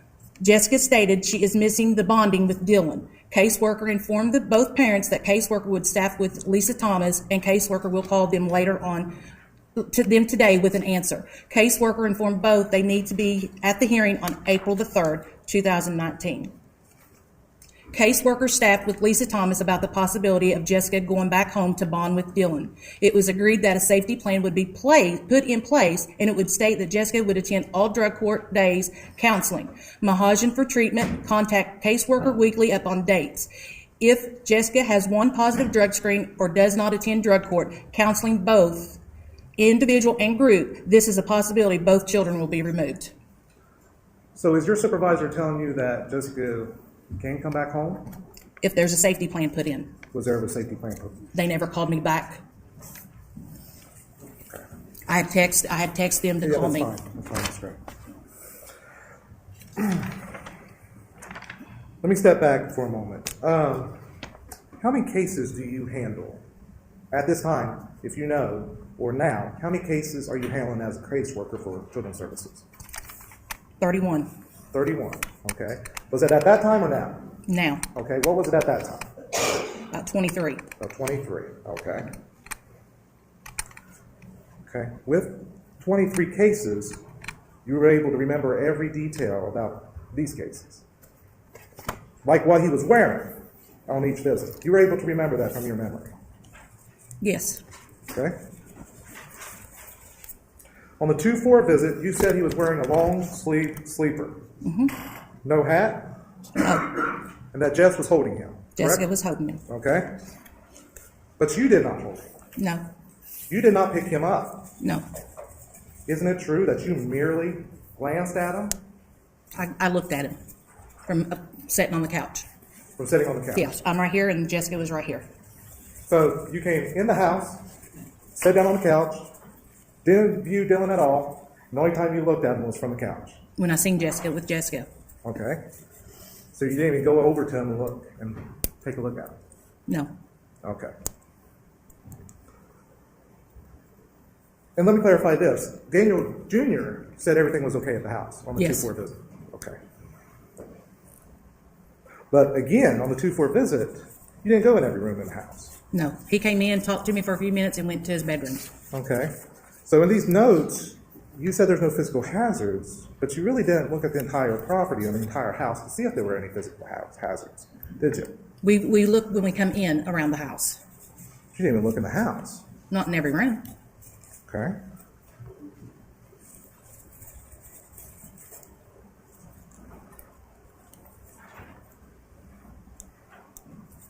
On the 225 visit, you said that Dylan was wearing a long sleeve sleeper, correct? Yes, Okay. Again, on that visit, did you just come in and sit on the couch? yes. Okay. And we talked. And you talked? Okay. And did you observe Dylan from your seat on the couch? Before I sat down, I looked at him from head to toe. All right. From head to toe. So you picked him up, held him? No, I didn't hold him. Okay. All right. So you sort of just glanced at him, didn't you? I looked at him. Okay.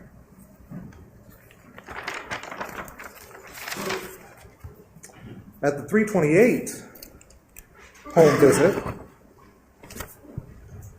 you didn't ask Daniel why he wasn't at court, did you?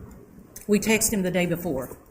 Okay, but your earlier testimony was you did not ask him at that home visit, did you? No, I did not ask him at that home visit. Okay. And Dylan, at that visit, was in a long sleeve sleeper. Yes. Okay. Again, did you just walk in and have a seat on the couch? At first, but before I left, I got up, walked over, looked at him. I made two statements. I wonder if he's going to have natural curly hair like his dad and brother. He has the prettiest blue eyes for a baby. And I touched the bottom of his foot and he grinned.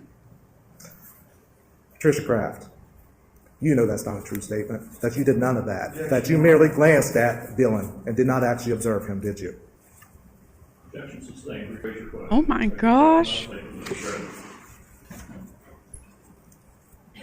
I think it's curious that you make the statement that you heard him make no sounds, no crying noises or anything, did you? Not while I was visiting. Okay.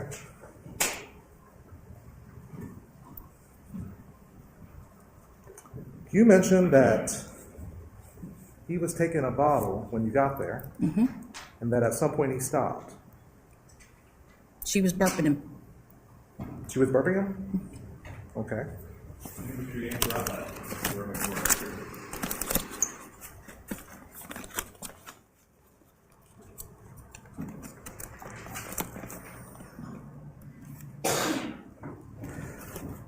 Mrs. Kraft, do you think you did your job to the best of your ability? Yes, I did it within the law. The only thing I didn't do was bust the door down to find that baby.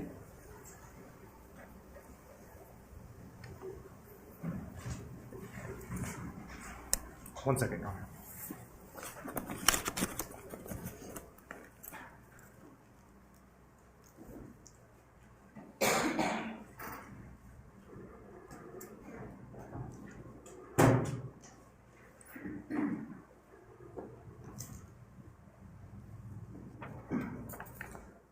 Mrs. Kraft, I would like you to read case note dated 5/2, and it begins with caseworker staffed with Supervisor Lisa Thomas.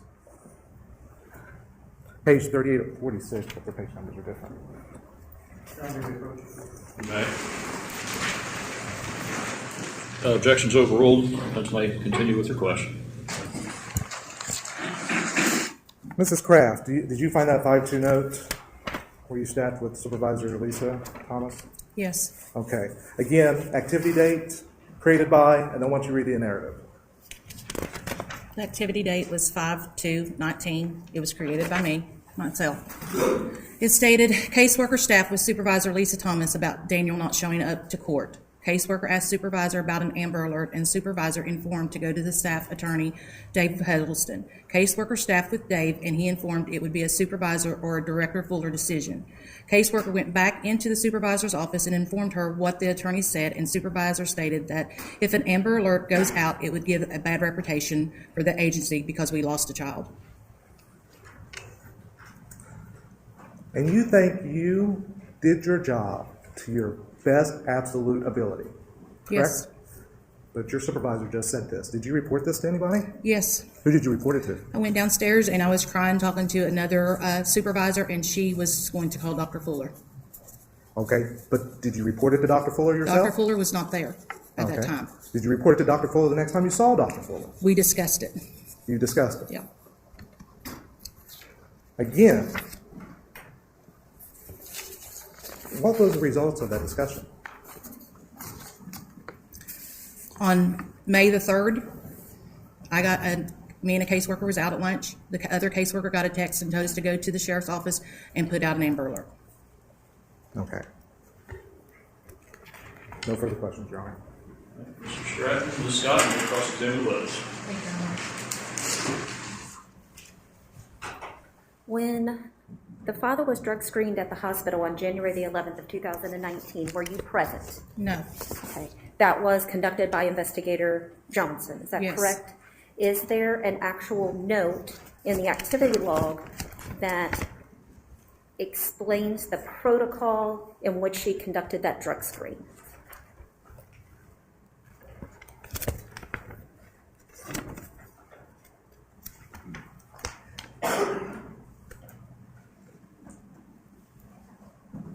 There's a log created on January the 11th stating that caseworker Lauren Johnson met with Daniel in order for him to drug screen for caseworker. Daniel tested negative for all substance, therefore caseworker Johnson continued with the safety plan.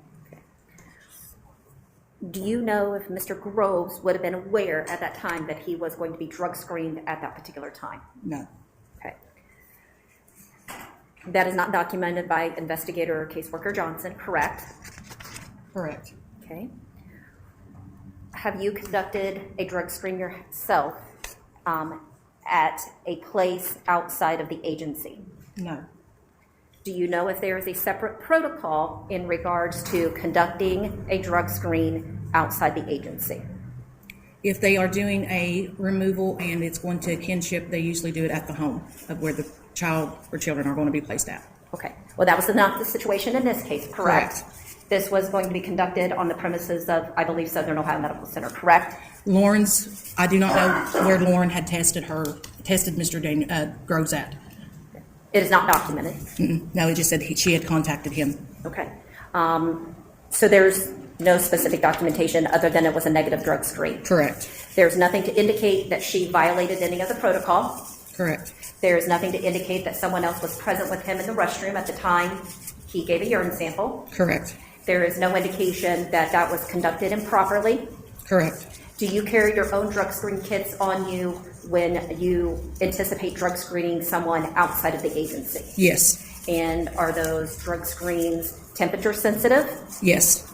And would that have been the type of drug screen that Lauren Johnson would have given Mr. Groves. Yes. Okay. So in order for it to be properly read as a negative drug screen, it would have had to have the appropriate body temperature reflected on the test, correct? Correct. Okay. Nothing to indicate otherwise because it is listed as a negative drug screen, correct? Correct. Okay, thank you. Have you ever known, since working with investigator or caseworker Johnson, that she would conduct drug screens outside of the protocol of the agency? Could you rephrase that again? I didn't Yes. hear you. Do you know if she has ever violated policy when conducting drug screens, or are you all trained on how to do that and you do it the same way each and every time? I have no information on her if Okay. she misled the protocol. Okay, so you would have no reason to have any other knowledge otherwise that she conducted this properly? Right. I do. Okay, thank you. And that's the way it was documented in the activity log, is it was a completely negative drug screen? Correct. Thank you.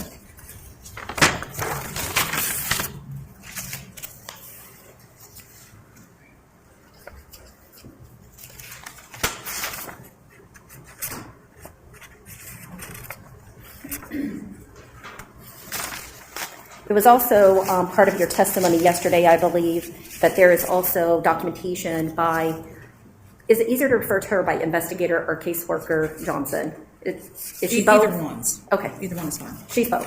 Correct. Yes. She holds both of those titles? Yes. Okay. Just so I don't have to say both, just for efficiency's sake. Caseworker Johnson also noted that Mr. Groves explained to her that he was unaware of Jessica Groves' drug usage until essentially she was ready to give birth, correct? Correct. Okay. In this incident, you also made a referral to Help Me Grow. Correct. Was that a mandated program that they had to participate in? When a child is in our custody, they have to follow their recommendations. Okay. So if Help Me Grow said that Dylan needed to be in their program, then they would have to follow through with that program. Right. But there was no such recommendation made because there was no finalization of any of the. Right, there's no recommendation because they had no contact with them. Okay, thank you. When was the drug screen made of Daniel Groves at the agency prior to Dylan being placed in his care? Do you have that exact date? Was that on January 28th or the Friday before that? Friday before that. Okay. Okay. Did Mr. Groves know he was coming in for a drug screen? No. So that was a surprise upon his arrival. Yes. Are you sure you are the one that actually conducted that drug screen, or was it Supervisor Thomas that by chance conducted that drug screen? I conducted that drug screen. Okay. So it was an unannounced drug screen, correct? Yes. So he would have no knowledge of making preparation for that. Objection, speculation. Just saying. Okay. I'll rephrase my question, Your Honor. Thank you. There was absolutely no conversation about him taking a drug screen at the agency prior to that, him being requested to do that when he arrived, correct? Correct. Okay, thank you. And the protocol that you discussed earlier in your testimony, is that the protocol you would have followed when conducting this drug screen? Correct. That is correct. What I done was, he came in the office, I gave him the cup, he showed him where the restroom was, I stood out behind the door, told him do not flush the toilet or run the water. Okay. And also, once again, was there a temperature gauge on that sample cup? Yes. Did it match the appropriate body temperature that it should have shown for an appropriate sample being Yes. retrieved? And once again, it was a negative drug screen, correct? Correct. Okay. So on January the 10th, or January the 11th, I'm sorry, there was a negative drug screen by Mr. Groves. Correct. There was also one on January the 25th Correct. of Mr. Groves, correct? Correct. And are you aware, I'm sorry, strike that, Your Honor. Was Mr. Groves also required to go to Mahajan Therapeutics for an intake, as well as Jessica Groves? I was unaware if he was referred through the investigator, Okay. So because she would have set that up. Okay. I was just wondering if you were aware of any other drug screens that would have occurred between January 11th, or I'm sorry, January the 11th and January 25th. I'm unaware of that. Okay.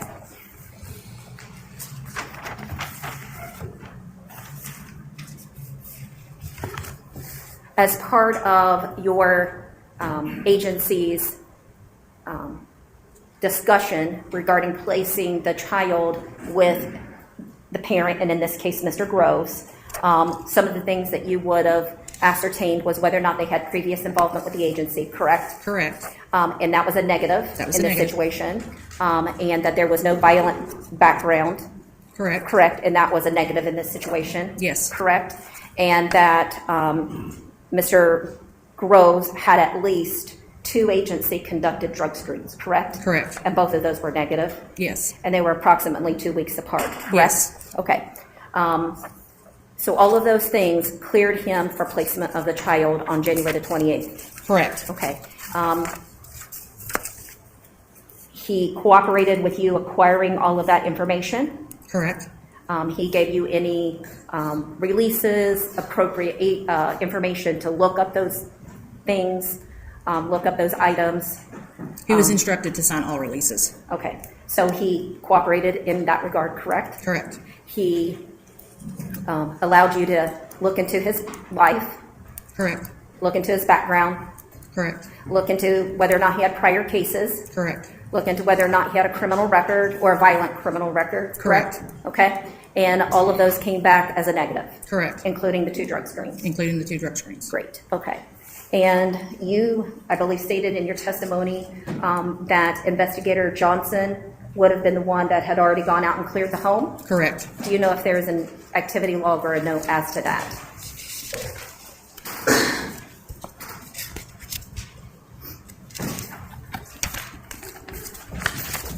I did not see one Okay. that she went out there. But that would have been the agency's protocol, Yes. and there would not have been the suggestion or the recommendation that the child be placed in his care if his home was not qualified. Correct. Okay. So we can make an assumption that since she made that recommendation to her supervisor, that his home must have qualified. Correct. Okay. Object for the speculatory nature. Thank you. Okay. When you made your personal visits there at the home, although you did not go through the entire residence, you did not have anything glaring or striking at you that there was anything appropriate about the home. Everything was fine from what I've seen. Okay, great. The note that was placed into the activity log about Mrs. Groves being loopy on a visit, which was indicating an indication that she may have been under the influence of a substance, did not involve Mr. Groves, correct? Correct. Okay. There was no indication from the foster parent that she made that same observation about my client, Mr. Groves, correct? Correct. Okay. When you had interaction with him on that first, do you call it a team meeting? Family team meeting? Team meeting. Yes. Okay, just making sure I got the correct wording. Did you observe anything about Mr. Groves that was inappropriate? No. Okay. Did you observe anything about him that would cause you concern when the recommendation was made that the child be placed with him that would have given you pause for cause? No. Thank you.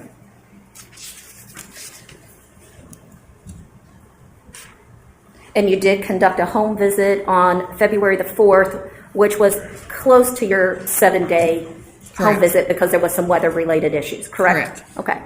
And everyone was present and you saw them on that day because Daniel Jr. arrived at a later time, correct? Correct. Okay. All appeared appropriate with the family. Yes. You did not note any exceptions. None at all. You did not have concerns where you came back and staffed and said, hey, we need to take the child back out of the home at this time. Correct. You did not note, I believe, in your activity log about what the child was actually wearing that day. That is testimony from personal memory, correct? Correct. And that's memory from a year ago, correct? Correct. Or approximately a year ago. We're not in February yet. And I believe it's also your testimony that you did not actually touch baby Dylan Correct. or manipulate him in any fashion. No. And the baby was being held by Jessica Groves, correct? Correct. Was she cradling him up front Yes, she would across her cradle body? him like this. Okay. And so not the entire, there were not large portions of his body visible to you, correct? Correct. And if she was cradling him to where his head would be resting against her arm, the back of his head would not be exposed, correct? Correct. Okay. Probably close to the forehead forward, Yeah. Yes. okay? So whether he was wearing a hat or not, you did not see the majority of his head. I did not see a hat on him. Okay. But whether he was wearing a hat or not, you did not see the majority of his head. Correct. Okay? You did not see the back portion of his head. No. And you probably did not see a very great portion from the mid top of the head backwards, correct? Correct. Because the baby was resting in her arms. Correct. Okay, thank you. You did not see his arms exposed to you? Just his hands. His hands? Yeah. Okay. You did not see his chest exposed to you? He was in a sleeper. Okay. It's not a trick question. You did not see his legs exposed to you? No. Nowhere really other than his Face and his hands. hands, maybe his ears, and a portion of his forehead area, correct? Correct. Okay, thank you.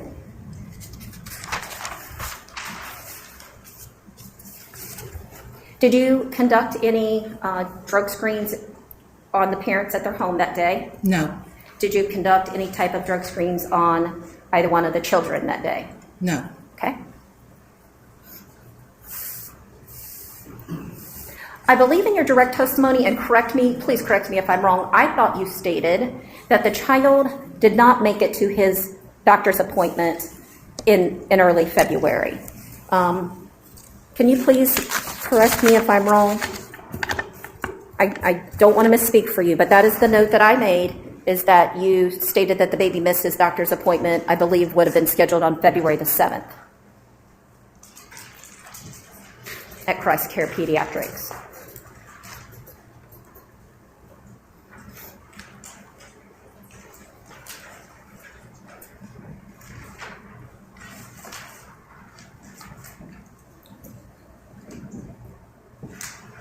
And I don't know if that was a discussion that you had on February the 21st, or if that was something that you was testifying from memory. February 25th, the parents ensure that all scheduled appointments are kept. Okay. Okay. So if I heard you say that the baby didn't make it to his doctor's appointment around February the 7th, that may have been something I misheard. I don't have no knowledge of him Okay. at the doctor on the 7th. Okay. Do you know, so you do not know if he actually had a doctor's appointment on February the 7th and all was well? Not till Christ Care had sent me all the paperwork. And then you were aware that he had he one, did have an yes. appointment. Okay. So if I wrote that down, then I wrote that down incorrectly. Just to make for sure. I just want to make sure that is not your testimony today, that he did not attend his doctor's appointment on February the 7th. The one on the 21st, they was ordered to take Dylan to the hospital for some lab work at that day. Okay. He also attended on February the 21st Right. as well. But what about on February the 7th? Are you aware that I he was went? unaware until the 1st of May when I got the paperwork that he did have an appointment on the 1st. So you on the are 7th. acknowledging here today, sorry, didn't mean to cut you off. You're acknowledging here today that he attended a well child visit on February the 7th as well as on February the 21st, correct? Yes, but they did not take the test on the 7th. Okay, but he did attend that doctor's appointment.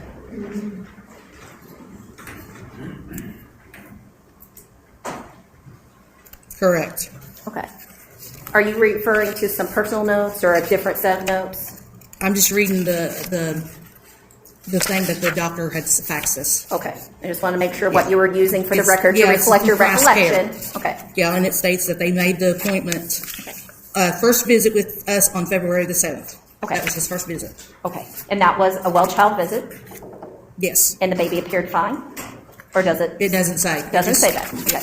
But there's nothing saying there was anything wrong. Correct. Nothing was reported to the agency that anything was wrong. Correct. And if the pediatrician had noted something being wrong with the child, they would have more than likely contacted the agency, like they did later on in May? Correct. Okay, thank you.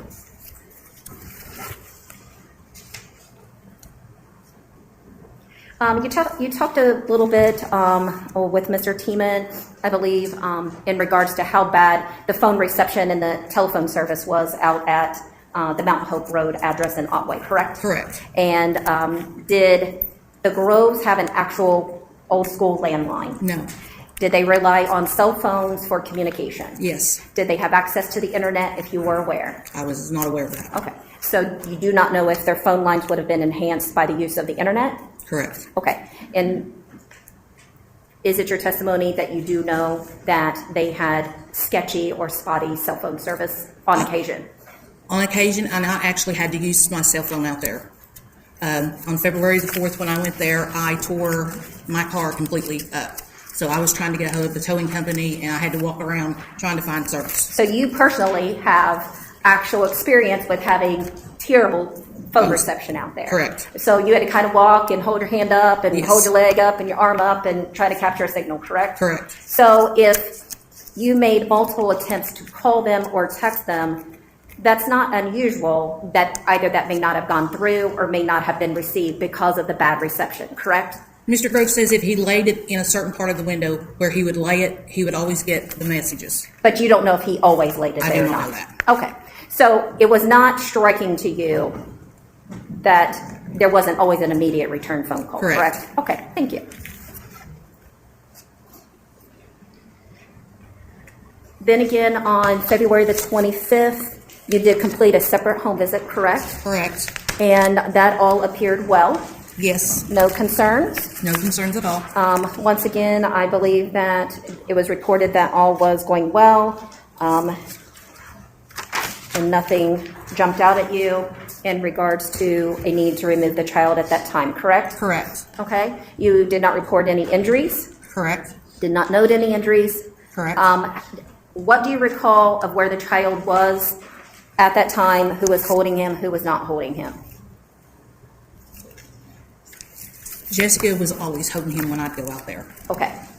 So if Jessica was once again holding him, would she have been holding him in the cradling position as we discussed earlier? Correct. And then she put him on her shoulder. Okay.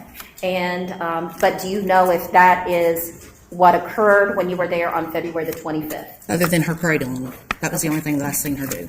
You only recall her actually cradling him in her arms, where he would be laying on his back, his head resting in the crook of her arm, essentially. And she would kiss him. Okay. And she would show affection to him. Okay. Did Mr. Grove show an appropriate concern or affection for Dylan when you were there? Yeah, because every time I'd ask a question, he would answer it. Okay. He seemed appropriately concerned. Yes. He gave appropriate responses. Yes. Did he appear as if he was under the influence of anything? No. And once again, I believe that your testimony is that he was wearing some type of garment that covered up most of his body. Correct. Not wearing a hat. No. But once again, not to beat a dead horse, but most of his head was not actually visible. Correct. Once similar to the same questions I asked you before, basically his hands, his face, and a little bit of his forehead was exposed to you visibly, correct? Correct. Okay. Midline from the back of his head not exposed to you? Correct. Okay, thank you. There was some issue made about Mr. Groves not attending court on February the 27th of 2019 at juvenile court. It'd be March the 27th. I'm sorry, March the 27th. I apologize for misstating that month. While at court, was there contact made with Mr. Groves either through court personnel or through his attorney? Yes. Okay, and so he was available through either a text message or a phone call during that period of time? After a little bit. After it? He finally returned. But he was reached? Yes. Okay, and at that point in time, you scheduled your March 28th home visit, correct? Okay. And as you stated before in your testimony, it's not unusual sometimes for folks not to show up for court in the court. Does the court make a big deal out of it if attorneys are able to reach their clients by phone as long as there's an agreement? As long as there's an agreement. Okay, and as long as there's not testimony that's actually going to be taken on the record, parents sometimes are able to agree with their attorneys while they're on the phone. Correct. And that's what happened on that March 27th day. Correct. And so there was not really a big deal made out of it, correct? Correct. Okay. And that's not atypical for those proceedings in juvenile court? No. Okay. And once again, on March the 28th, for that visit, there were no notes of concern for you? Correct. Nothing appearing out of the ordinary? Nothing. Once again, you testified that the baby was wearing a sleeper? Correct. Once again, you noted in your testimony that Jessica Groves was holding the child? Feeding when I arrived. Oh, I'm sorry, feeding the child. And so was the child it wasn't old enough to sit in a high chair? Correct. Okay. So how was she feeding the child? Was she holding the child and giving him a bottle? Yes, holding the child and giving him the bottle. Okay. So once again, was she cradling him in her arms, had him in her lap, had him on a boppy pillow? What was going on? Cradling him. Cradling him. Once again, his head was resting in the crook of his arm. Her arm, I'm sorry. Correct. And the majority of his head would not have been exposed. Correct. She was feeding him, Yes. showing him appropriate attention at that time. Yes. Did Mr. Groves answer your questions and respond to the conversation appropriately? Yes. Did he seem to have appropriate concern for his child? Yes. Okay. And although you were asked about whether or not there was an injury to his head, you did not see the entire portion of his head, correct? Correct. And that is true for all of the 3 home visits and face-to-face contacts you had with this child. You did not see the majority of the portion of his head. Correct. Thank you.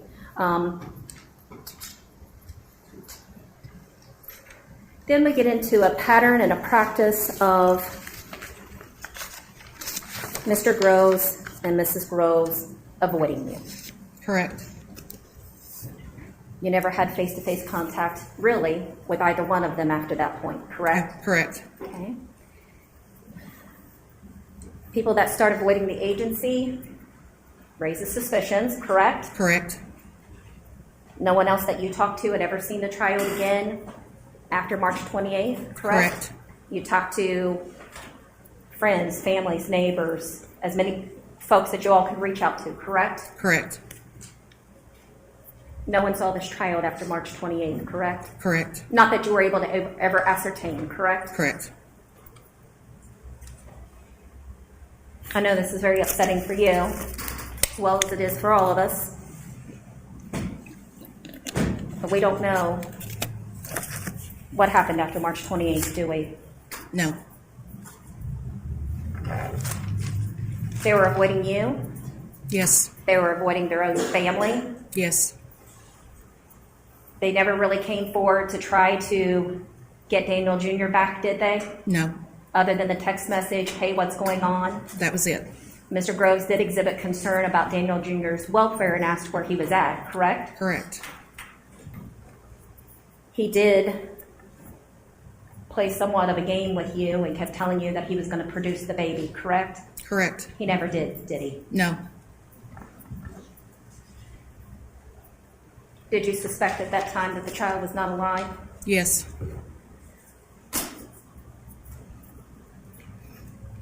That would be the only reason why he wouldn't produce the child, correct? Correct.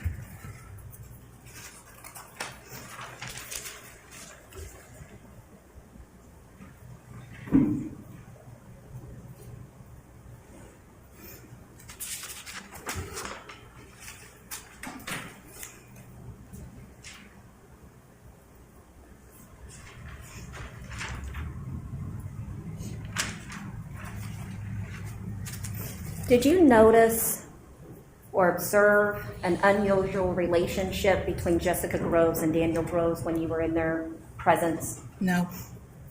Did you observe a loving relationship between the 2 of them? Yes, they was very supportive of each other.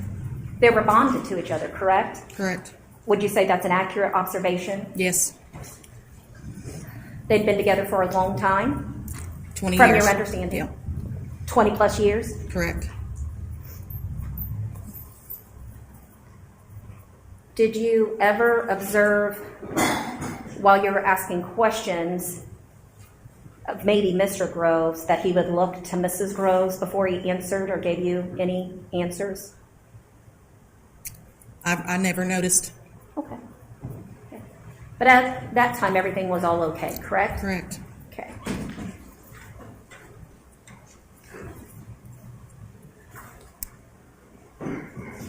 And on the occasions, just to be clear, and I believe that you've already testified to this, you did not pick up or manipulate the baby in any form or fashion other than tickling his foot on that one occasion, correct? Correct. Okay.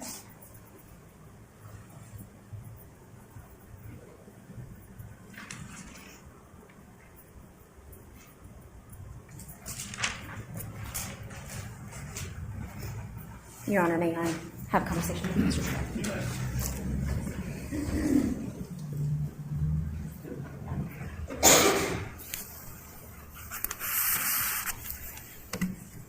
All right, that concludes the end of the caseworker's testimony. This was her getting recalled, so this was the second time that she had testified about the occurrences and interactions she had with the parents and the children. Yeah, I don't know about these tears, though. So next we're going to look at the foster mom. Okay, so we're going to look at the foster mom's testimony and see what she has to say about her time with Dylan. Thank you. I've been bracing myself to get into the more intimate testimony as far as the people that really directly knew and interacted with the family. I have a feeling it's probably going to be intense, and yeah, I'm scared. Bread boys, why did I just say that? I literally just read that out loud and acted like that was your name. Okay, so all right, so let's get into the testimony of the foster parent. I also was thinking, while they were crying toward the end there, I felt like that was kind of like a random time to be crying. I feel like they were just, I guess in that moment taking themselves back to like reimagining and reliving what they know they did. And, their last moments with their child, even if there was, allegedly an intent to do harm, I think they're realizing that they don't really have too many people on their side at this point. Ma'am, would you state your name for the record? Andrea Bowling. And how do you spell your last name? Bowling. Thank you. How are you employed? I'm a teacher, Where are you a teacher at? Menford Elementary School, How long have you been a teacher? 18 years. In that time as a teacher, what age groups have you taught? Second grade for 10 years and third grade for 8 years.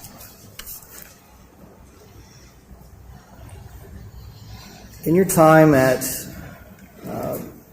teaching, has that been all in Scioto County? Yes, all at Menford. All at Menford? Menford Elementary. How has teaching evolved in Scioto County over those 20 years? I'm sorry. How has teaching evolved in Scioto County over those 20 years? How is teaching involved in Scioto County? Yeah. Are the kids any different these days, or? Oh, yeah. Yeah, from when I first started, there's a big difference in kids and their home dynamic and Okay. sometimes behavior. What kind of differences have there been? Since the drug epidemic, there's been a lot more children with being raised by grandparents and their family is just kind of suffering and they're having difficulties at home due to mainly drugs, and they need a lot more emotional support and compassion and help from teachers. So your duties at school have expanded from just the normal 2+2, I'd say. Oh, absolutely, yes. Now, it's my understanding that you've been a foster parent. You need to answer out loud for us. Oh, I'm sorry, yes. Okay. Yes. And when did you become a foster parent? I was certified in July of 2017. And what process do you go through to become a foster parent? We have to take classes that train us, 40 hours of classes that train us about different things that we need to know as far as kids that might come into the system that we would be taking care of. And we have to have drug tests, medical physicals, home inspection, home studies. Anyone in the home has to take a drug test and also have medical physicals. there's a lot to it. There's the Are there fire different- department had to come out and inspect the house to make sure it was safe. Yeah, there's a lot of things. Are there before you can different become- types of foster parents that a person can become? I'm sorry. Are there different types of foster care that can be provided or training for foster parents? Yes, there's. Are there different types of foster care? Yes. Yes, you can be trained completely to just foster, or you can be trained to foster to adopt. You can be trained for medically fragile foster children. What type of training did you receive? I received the foster to adopt training. And why did you receive the foster to adopt training? When I first decided to become a foster parent, I was just planning on fostering. I'm 41 years old. I've raised a son who's now in college, and I was just planning on fostering. And as I was starting to get all of the paperwork, we had to have BCI and federal background checks too.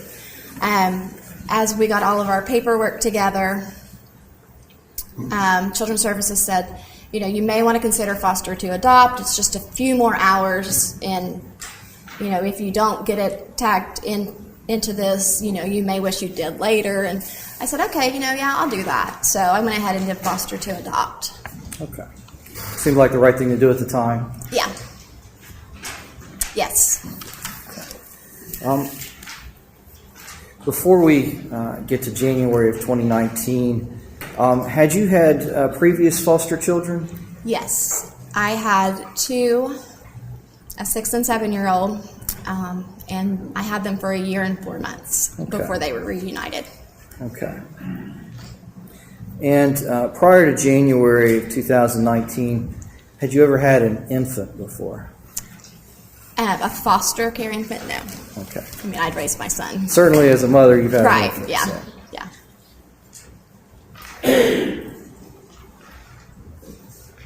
I'd like to direct your attention now to January of 2019. Okay.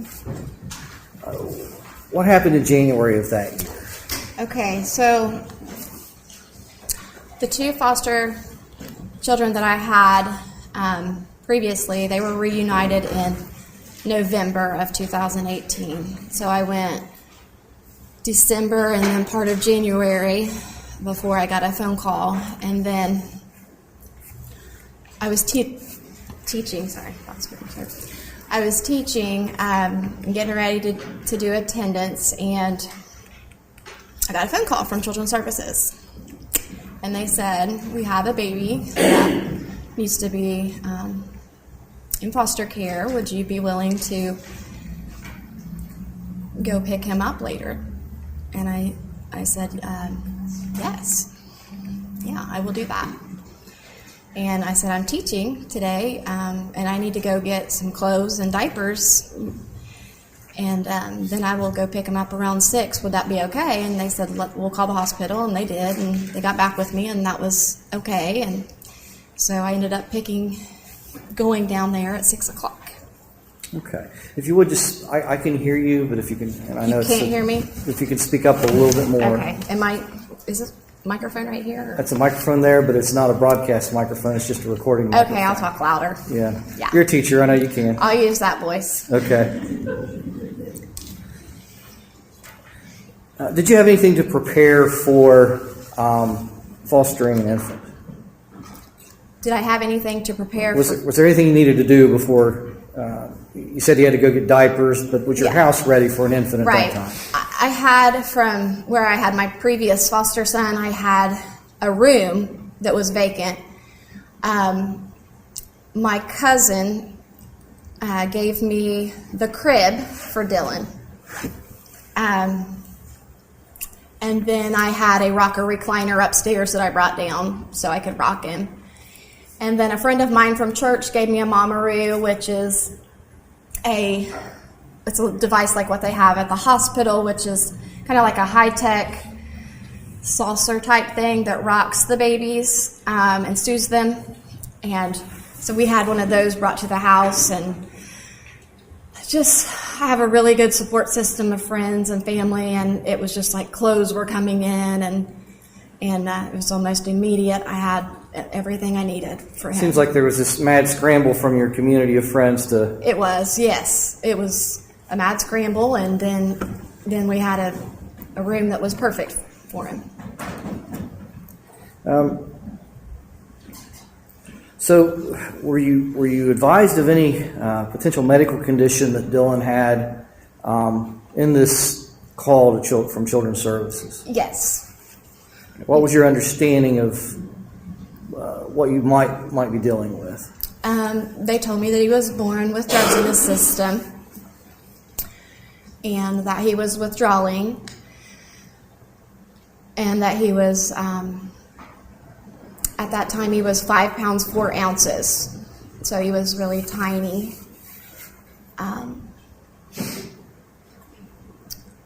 That's basically what they told me. Okay. So you mentioned you got to the hospital around 6 o'clock. Yes, around 6:30. What hospital was that? SOMC. Okay. And once you got to the hospital, what did you do? Okay, so went to the nursery there at the hospital, and met with the nurses. They let me in, and then I went through some training on what signs to look for with a baby that's withdrawing, and how to take care of a baby that is, has been born with drugs in his system, and for several hours, different types of training for how to take care of him. And then they had to do a car seat test with him because he was so small, to make sure he could sit in a car seat. They checked his oxygen as he was sitting there for an hour. They had different things hooked up to him, so I watched him do that. And then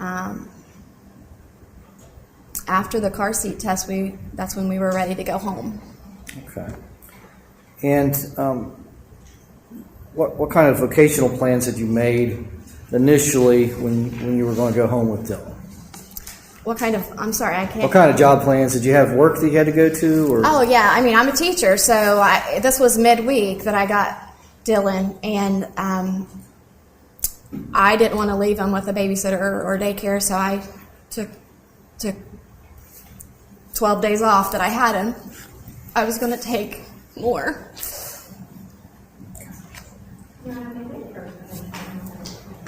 Counsel, may I ask your next question? Thank you, Your Honor.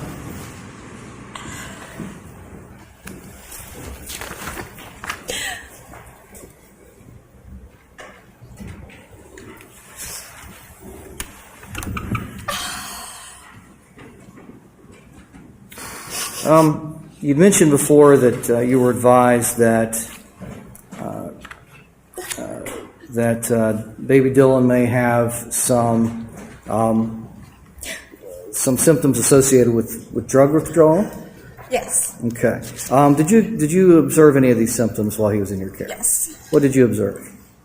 He had tremors, or his arms would shake, Okay. and his legs would jerk. He had sweats, and he liked to be held at all times when he wasn't asleep or in his mama-roo. I was holding him. Sir, you can proceed. Pardon? Let's go ahead and take our afternoon recess at this point.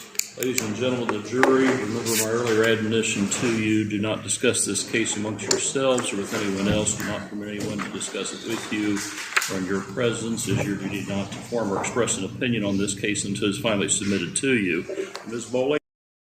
Okay, if they're going to take a little break, I'm going to take a break just for 2 seconds. Holy cow, this is intense. This poor woman, oh my gosh. She just seems so broken, to go from thinking you're going to keep this child possibly as your own to now this outcome, and to know that you had to give him back and put him back into this life. Oh my gosh. I truly, truly cannot imagine. Whew, it's a lot.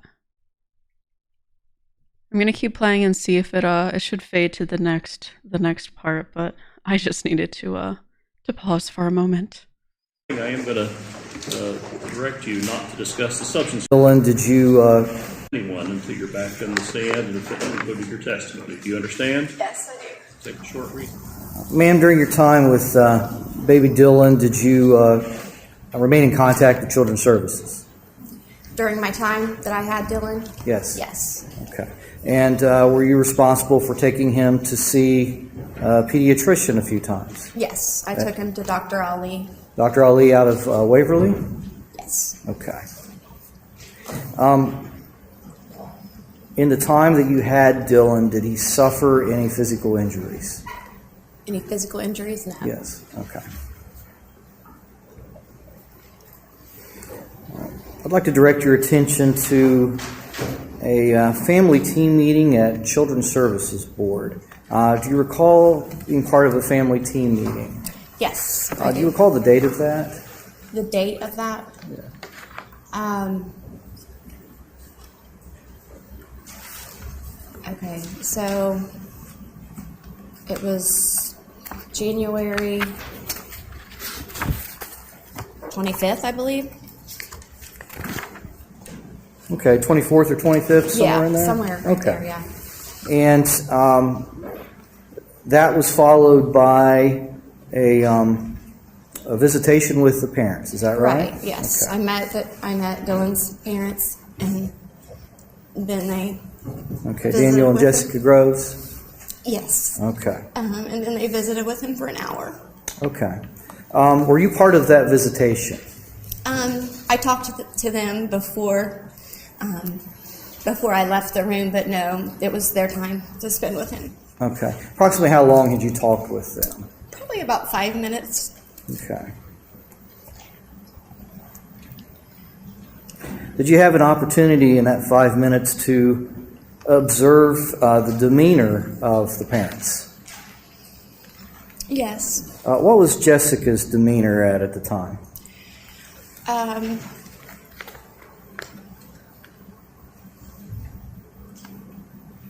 I felt like there was a possibility that she was under the influence of something at that time. Okay. Well, let me see what your knowledge is of that kind of thing. Okay. So, as a school teacher, how many years of experience have you had teaching? 18. In that 18 years of experience, have you had occasion to run into people or deal with people that are under the influence of substances? Yes. Okay. Approximately how many times? Have I seen someone intoxicated or Yeah. under the influence of drugs? 10. Okay. 10 times maybe? Is that in the last few years or is that over your entire career? Probably in the last, I don't know, 5-6 years. Okay. And in your experience just being a citizen and growing up here and observing people on the streets, have you had experience with that as well? Yes. Mm-hmm. Okay. What kind of behavior was Mrs. Groves exhibiting? She was kind of flailing her arms around, and she was really happy and excited and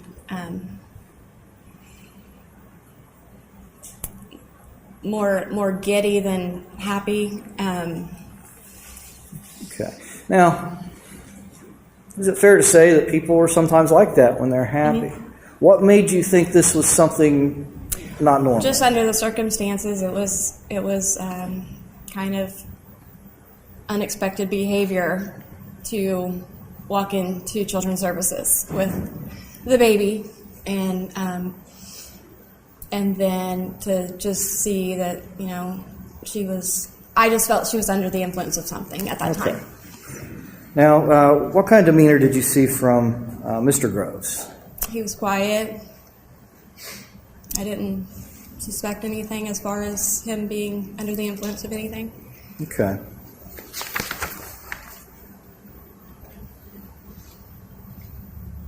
With regard to their demeanor, did you express some concerns to Children's Services? Yes. Okay. I asked if they would drug test. Okay. At some point, were you advised that Dylan was going to be placed back with his parents? I assumed he would be eventually, not in 12 days, but eventually. Okay. When were you advised that he was going to be placed back? Was it at that meeting or shortly thereafter? No, it wasn't at that meeting. I believe the meeting was on a Wednesday, and it was the Friday after that Wednesday. I had actually called Children's Services to find out when our next visit was going to be, because normally you have a weekly visit. And I was just calling to find out when our next visit was going to be so that I could, just have it on my schedule. Okay. And then they informed me that he was going to be reunited and to have him at the office that following Monday morning. Okay.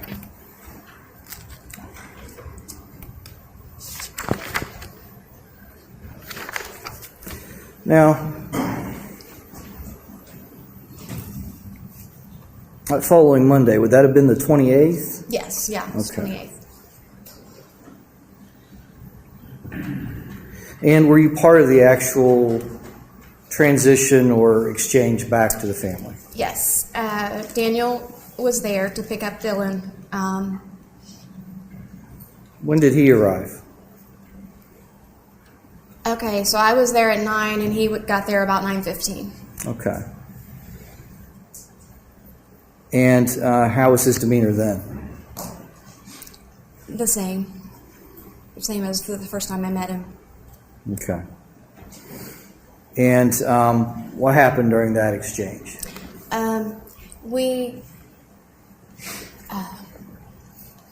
He brought in a car seat for Dylan, and I was getting Dylan's belongings together.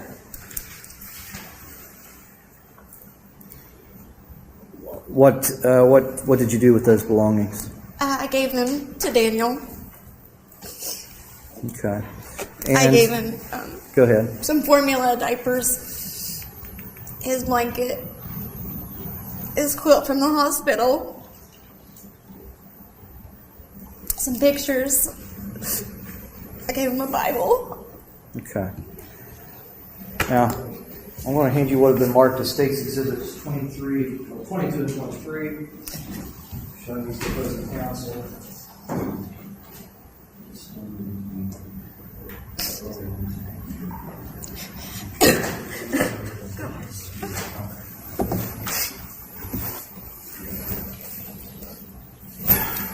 Ma'am, I'm handing you what's been marked as State's Exhibit 22. Do you recognize this item? Yes. Okay, what is this? It's actually a picture of the picture, but what is it? It's a picture of Dylan that I took. Okay, is that one of the pictures you gave to? Yes. Okay. So State's Exhibit 23. You recognize that? Yes. What is it? Another picture of Dylan. Okay, is that a picture you took as well? Yeah.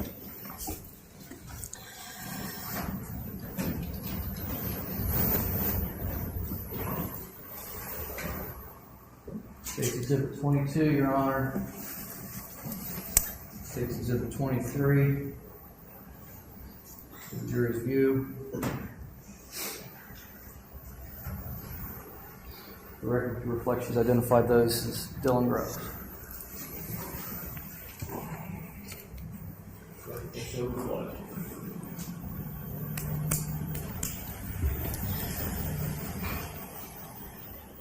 Did you provide Daniel with anything else besides the... I gave him a letter to him and Jessica. Okay.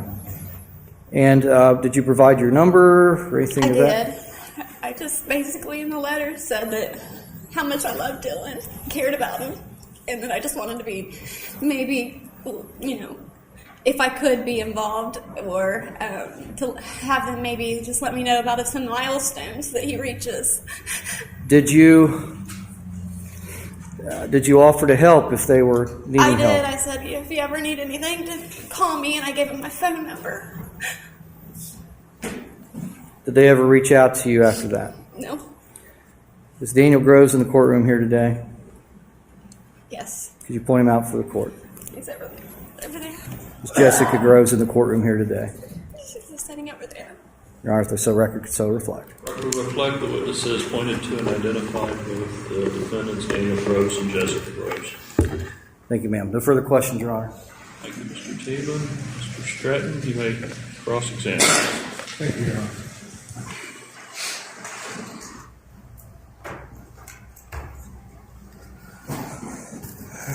Good afternoon, Mrs. Rowling. You mentioned that you're a teacher out at Memphis. Right. Okay. You mentioned that over the years that you have taught that you have seen our drug problem firsthand. Right. You've seen it in the kids, the way they're dealing with stuff and how they act in class. Yeah, the effects of different things, yes, with that. Okay. I'm guessing some of that had to do with why you became a foster parent. It is, yes. I had a couple foster kids in my room, and they kind of brought me to the decision of becoming a foster parent. Okay. Earlier, you mentioned that when you took Dylan as a foster kid, that you got a crib and stuff from different places. Yeah. Let me ask you, how much as a foster parent are you out of pocket that you spend on your own? Oh, a lot. A lot. Yeah. Does Children's Services reimburse you for every bit of that?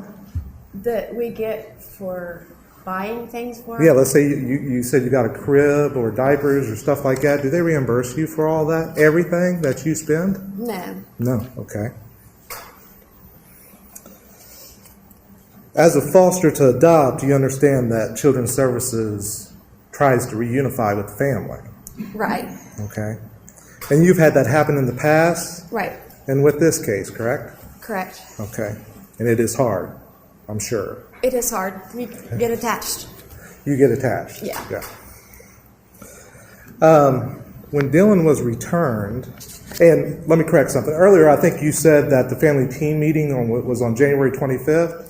I think it was the 24th. Okay. Might have Yeah, been. yeah. I think that's what Patricia Kraft earlier testified to. That was Okay, on the 24th. 24th. And I think you called on the 25th back Okay. to make your comments to Children's Services on the 25th. On the 25th. Okay. So you had the team meeting on the 24th. Okay. During or after that team meeting, did you make any comments to Children's Services about? You may. Raise your question, please. Yes, Your Honor. Mrs. Bowling, when you made a phone call to Children's Services, you had a couple comments about Jessica Groves specifically. What were those comments? I felt like she was under the influence of something. I felt like she was high on something. But you didn't mention that on the day of the family team meeting, did you? I did. I called after the team meeting. Okay.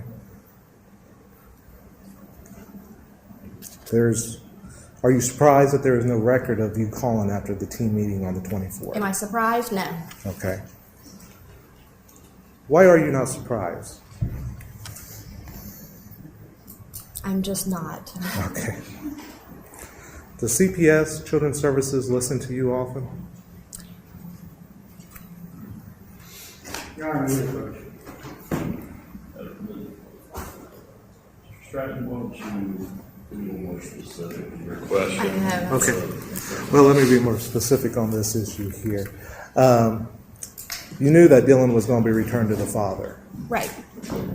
You objected to that, correct? I didn't feel like 12 days was long enough. Yes, Okay. I disagreed with that. All right, we'll leave it there.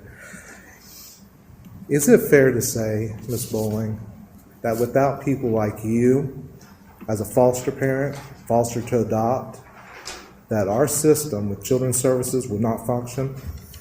Is that fair to say? Children's Services wouldn't function if there weren't foster parents? Yes. Right, yeah. Okay. And that is because of people like you who are willing to take in children that we're able to take care of drug addicted babies. Right. No further questions, Ron. Thank you, Mr. Stratton. Ms. Scott? You may cross-examine the witness.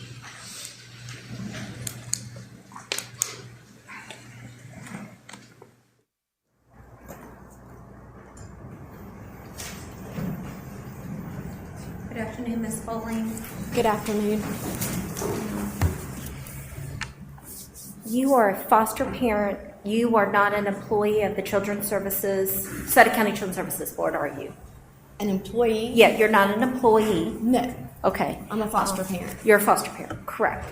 And is it fair to say that it is the agency and the agency's decision and the guidelines that they must follow that dictate the reunification standards? Is that correct? It is their decision, not mine. Okay. And that they were the ones, although you were a participant in the team meeting, it is their When I say decision. the team meeting was just me meeting Daniel and Jessica and then them visiting with Dylan. That Okay, was the so team there was meeting. no discussion No. at that time in regards to what was to be accomplished No by the plan, nothing. parents? Right. Or anything like that was involved in that No, meeting it was at just all? meeting each other. Okay, great, I'm glad you cleared that up. But you do agree, at the end of the day, it is the agency and the standards that they set and the guidelines that they must follow is what led to Dylan being placed back with Daniel Groves. Right, it wasn't, definitely not my decision. Okay, thank you. No further questions, Your Honor. Thank you, Ms. Scott. Any redirect? No, Your Honor. Thank you, Ms. Bowling. Is this witness excused? Excuse. She is, Your Honor. Yes, Your Honor. Mr. Teeman? Yes, Your Honor. Oh my goodness gracious. Absolutely insane. I feel you, Zero. You're not getting banned. I notice when I come on here a lot and speak, I do tend to chuckle, so I feel you, Zero. My way of coping with things like this is awkward chuckling. So, all right, holy cow, that was so intense, guys. I'm gonna talk for a second because I just need to recoup from that. That was actually insane. Kermit, what's good? What's good? How are you? Never too late. Glad you're able to make it. I don't know about you guys, but I do find that like my heart like starts to race while watching these. Like I'm like on the edge of my seat. Just anticipation of every moment of what they're gonna say. It's a lot. Okay, so the next testimony we're gonna look at is the pediatrician. That thanks, Nosfer. Thanks. The next testimony we're gonna look at is the pediatrician. It was little baby Dylan's pediatrician at some point, and what he has to say. So let's Proceed, get Ms. Heston. this up and going in a minute. Holy cow. I'm just trying to breathe.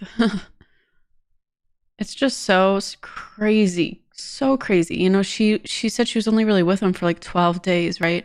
And she, in that 12 days, created so much more of a bond than these apparent parents that we're looking at. And she's like just so affected so much more, and it's just so sad to watch. And they just don't seem to really care. You may proceed. It's so sad.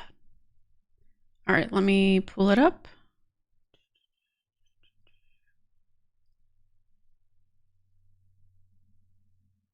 That is very true, Zero. Very true. Yes, well put, for sure.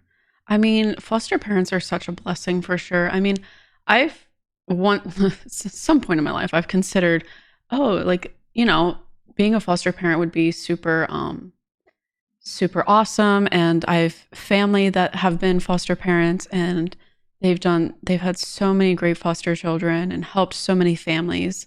And I always thought it would be super cool, but when it comes down to it, I frankly don't know if I could handle it. Hence why I'm not a foster parent. So I do give props to people that can do it. It's definitely much needed. Ms. Heston. Thank you, Your Honor. Sir, if you wouldn't mind, introduce yourself to the jury and then spell your name for the record. Yeah, I'm Dr. Mohammed Ali, and it's Mohamad, and last name is Ali, Ali. I'm a pediatrician. Okay. And where are you currently working as a pediatrician? I work for CAC of Pike County up in Waverly. Okay. How long have you been a pediatrician? Actually, 20 years now. 20 years. If you would, explain to the members of the jury your educational background. Yeah, so I did my medical school from Peshawar University in Pakistan, and then I did my pediatric residency, University of Oklahoma, Tulsa. Okay. And what are your current licensures or board certifications? Yeah, I'm a board certified pediatrician, and I'm licensed in the state of Ohio. Okay. And in your practice in Waverly, do you treat pediatric patients on a day-to-day basis? Yes, I do. Okay. What is considered a pediatric patient? So pediatric, from the time they're born till they almost graduate from high school. It depends on what definition you look at. If you look at the American Academy of Pediatrics, it's 21. Okay. So birth to 21? Yes. Okay. And you've been seeing children birth to 21 for 20 years? 20 years, yes. Okay. Super random, but I just need something lighter to talk about after that. Is that he's saying it's 0 to 21. It's funny he says that because I was unaware of that as a child, and I do remember going to the pediatrician, and I was like well into high school, and I always felt so awkward because it was just like me and a bunch of little kids, and I never could I didn't know at the time like why my parents would still take me to the pediatrician. I feel like I was so embarrassed. At this time, Your Honor, I'd ask that he be designated an expert in pediatric care. Does either defendant wish to question the doctor to the extent of his qualifications as pediatrics? I would waive such questioning. We would stipulate his expertise as a pediatrician based on his years of practice and his education. We'll waive and stipulate also. Hence, as waived and stipulated, Dr. Ali is deemed an expert in the field of pediatrics. These, ladies and gentlemen of the jury, he is allowed to give opinion testimony in his field.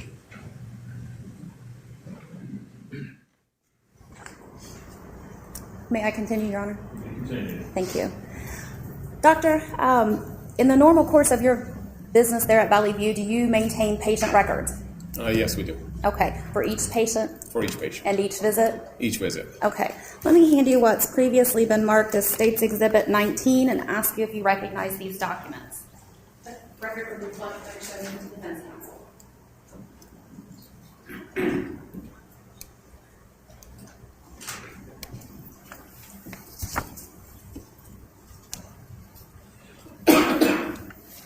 Do you recognize those records? Yes, I do. Okay. And how do you recognize them? This is when I'd seen the infant in my office. I'd seen him there for a couple of times, different times, and this is one of the notes. Okay. And when you say the infant, are you referring to infant Dylan Groves? Yes. Okay. Let me direct your attention to that time frame. It looks like you would have started seeing baby Dylan at the hospital. Is that right? Yes, I did. So the first time I'd seen him was at the hospital after he was born. And then once he went home, I'd seen him a couple of times at my office. Okay. Were there any concerns for the baby at the time you saw him at the hospital? Yes, Medical concerns? Yes. So we had to keep the baby a little longer than usual. Normally we keep the baby for a couple of days, but Dylan had to stay there almost a week because he was experiencing some withdrawal symptoms.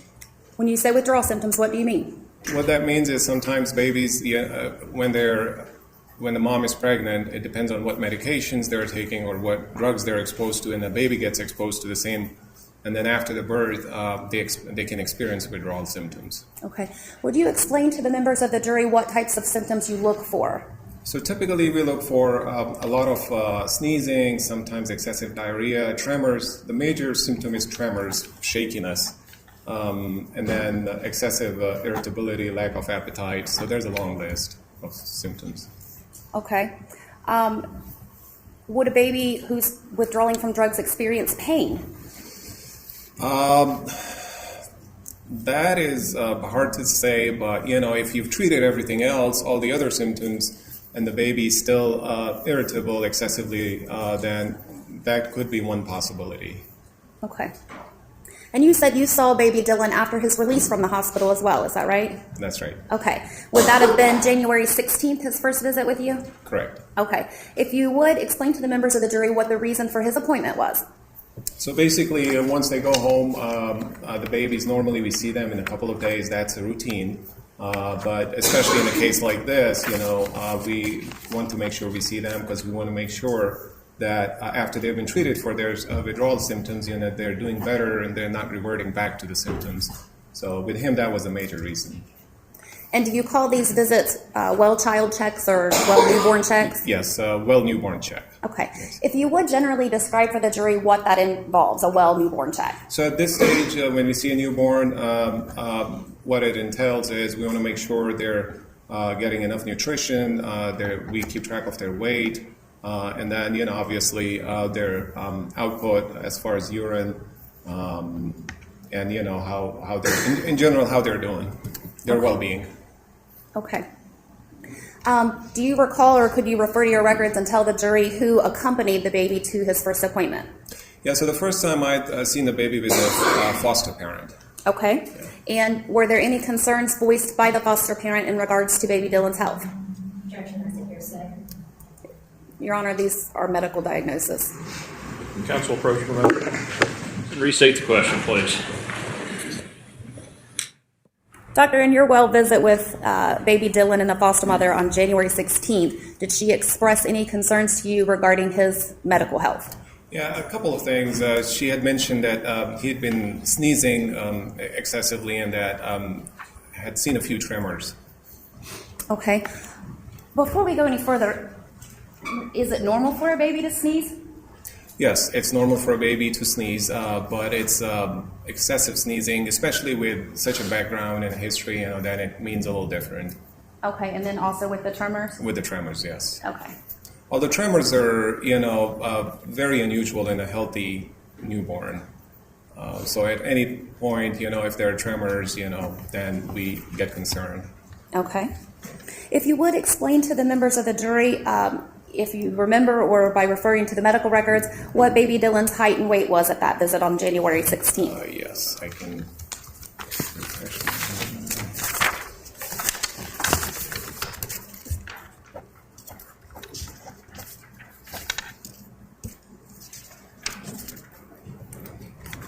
So yeah, he was 19 inches tall and weighed 5 pounds and 5.5 ounces. Okay. If that were a little less than what he weighed at birth, would that be abnormal? His birth weight was 5 pounds and 10 ounces. No, that's not unusual. So basically, by the time infants are 2 weeks old, if they weigh as much as the birth weight, then it's fine. They can lose up to 5 to 10% the first week or 10 days. Okay, why is that? A lot of times it's the retained fluid that they have in their body when they're inside mom, so they lose a lot of that fluid. And, that's an important factor. Okay. And if you would explain to the members of the jury your general examination of baby Dylan, what that included and what you found. So yeah, the general exam, we do a basically head-to-toe exam. We check all the systems, head and neck, chest, heart, abdomen, skin, neurology, all the different symptoms. And basically that day, his exam, there was nothing unusual about his exam. When I seen him in the office at the time, I'd seen him. Okay. At that specific time. No bruising to the baby? I did not see any bruising, no. Okay. Were you made aware of any injuries as a result of the actual delivery? Not that I can recall. Okay. And it looks like you examined extremities, and chest and back, abdomen, nothing abnormal there either? No, nothing abnormal. Okay. And so would it be fair to say that other than the withdrawal symptoms, he was doing well? He was doing well, yes. Okay. And it looks like, let me direct your attention to January 23rd, 2019. Did you have an occasion to see baby Dylan again in your office? Yes, I did. Okay. And again, who was present for this appointment with the baby? A foster parent. Okay. And the foster parent that presented the baby for the appointment, did she express any concerns in regards to his health? Let me look at my notes here.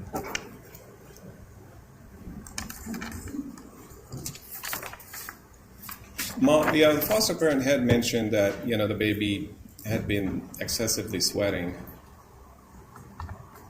but did not report anything else like fever, rash, any illnesses, nothing else. Okay. Would the excessive sweating be related to withdrawal symptoms, or is that something unrelated? That's something unrelated. Okay. And if you would again tell the members of the jury what his height and weight was at that appointment. At that appointment, his height was 19.5 inches and weight was almost 6 pounds. Okay, so he's picking weight back up. Yes. All right. And so would it be a fair statement to say at that appointment the baby was doing well? Yes. Okay. Was there ever any concern about an abnormal newborn screen for baby Dylan? Yes, so normally we do a newborn screening on all the babies. It's required by the state of Ohio. And at one point, I was notified about an abnormal screening. Okay, and on was this that... baby. I'm sorry. But there was a little miscommunication because then after this visit, I'd never seen the baby. They transferred care to Christ Care Pediatrics. And then they had notified us about the abnormal screening, and we had thought that we had repeated. Normally, when we get an abnormal screen, the routine is we repeat it. And most of the times, the repeat ones come back normal. So for some reason, we thought we had repeated the screening, but we had actually not. There was a miscommunication. Okay, and was that the 17-hydroxyprogesterone? Yes. Am I saying that right? You were saying that perfect. Okay, would you explain to the jury what that is? That is a product, so on top of the kidneys, we have a small gland, it's called the adrenal gland. It makes that chemical. And it regulates your blood pressure, your blood volume, basically. It's a very critical chemical as far as especially your blood pressure regulation. Okay, and so if the baby in fact had an abnormal 17-hydroxyprogesterone, if that was actually an issue for the baby, it would cause blood pressure issues, It will cause excessive hypertension, and it depends on, how, because when you see the abnormalities in that gland, the adrenal gland, it can be to the point where the baby's not even thriving, the baby's not gaining weight, or the baby refuses to eat, So those are some of the symptoms. Routinely, we don't check blood pressures on babies when they come to the office, unless there's a suspicion for something. Okay. So that's why you don't see the blood pressure and the vital signs. And was your office ever notified about whether or not a follow-up was done? We just had we had some communication from Christ Care Pediatrics, and that's the last we heard about the screening. Okay, so you're not aware of whether or not they eliminated that possibility? I'm not aware. Okay. If he had an issue with that, would that result in fractures to his bones? No. Would that result in bruising to his body? No. Would that result in swelling to his head? No. Okay, so Absolutely it's not an issue like that? No. Okay.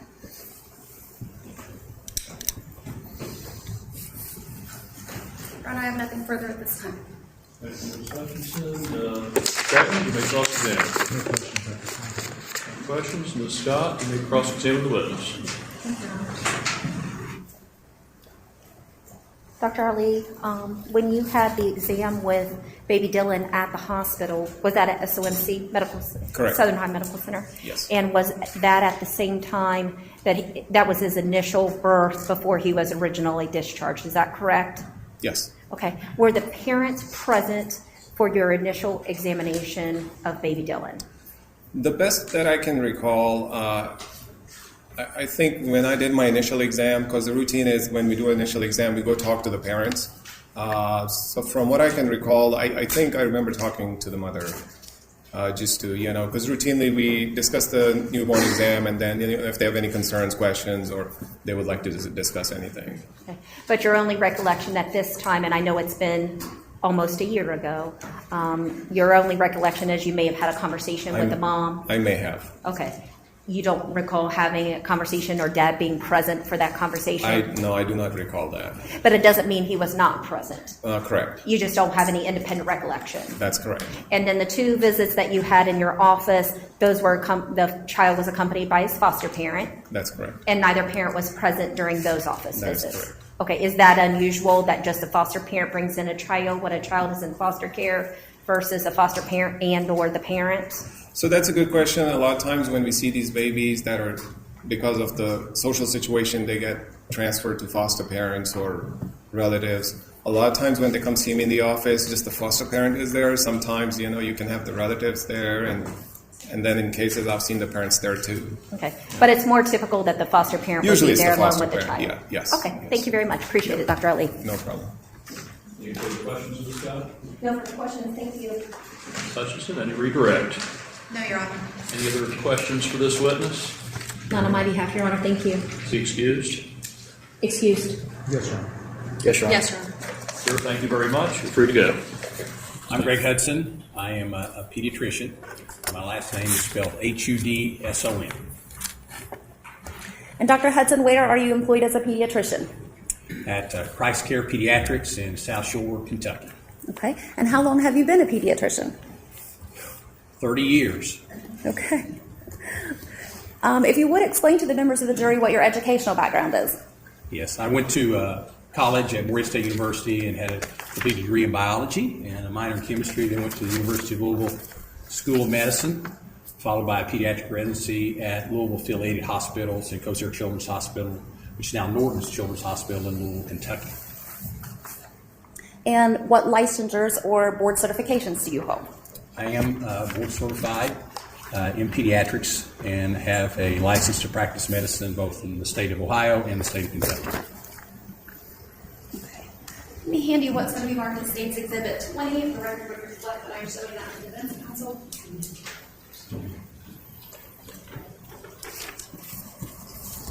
Do you recognize the document that I just handed you? Yes, Okay, and what is that? that is my curriculum vitae. Okay, and is that a true and accurate representation of your educational background, your experience, your licenses? It is. Okay.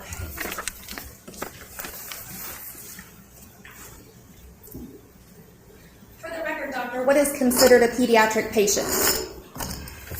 Pediatric patient is a patient anywhere from birth up until 18 years or sometimes even through college age as far as the care that we give at our office. Okay, and so you've been treating children from birth to Through college age. some of college them, age for 30 years? 30 years. Okay. Your Honor, at this time, I would ask that the court designate him as an expert in pediatric care. State has offered Dr. Hudson as an expert in the field of pediatric care. Does either defense counsel wish to question him as to his extent of his qualifications? Your Honor, we will waive such questioning and would stipulate to his designation as an expert in pediatric care. We'll waive the stipulation also. Given the stipulation, court will find Dr. Hudson as an expert in the field of pediatric care, which means, once again, for ladies and gentlemen of the jury, he is allowed to give expert opinions in his field of practice. You may continue, Ms. Hutchinson. Thank you, Your Honor. Doctor, before we move on to why we're here today, in your course of business over there at Christ Care, do you maintain patient records? Yes. Okay, and are those maintained on every patient for every visit? Yes. Okay. Let me hand you what's going to be marked as State's Exhibit 21 for identification.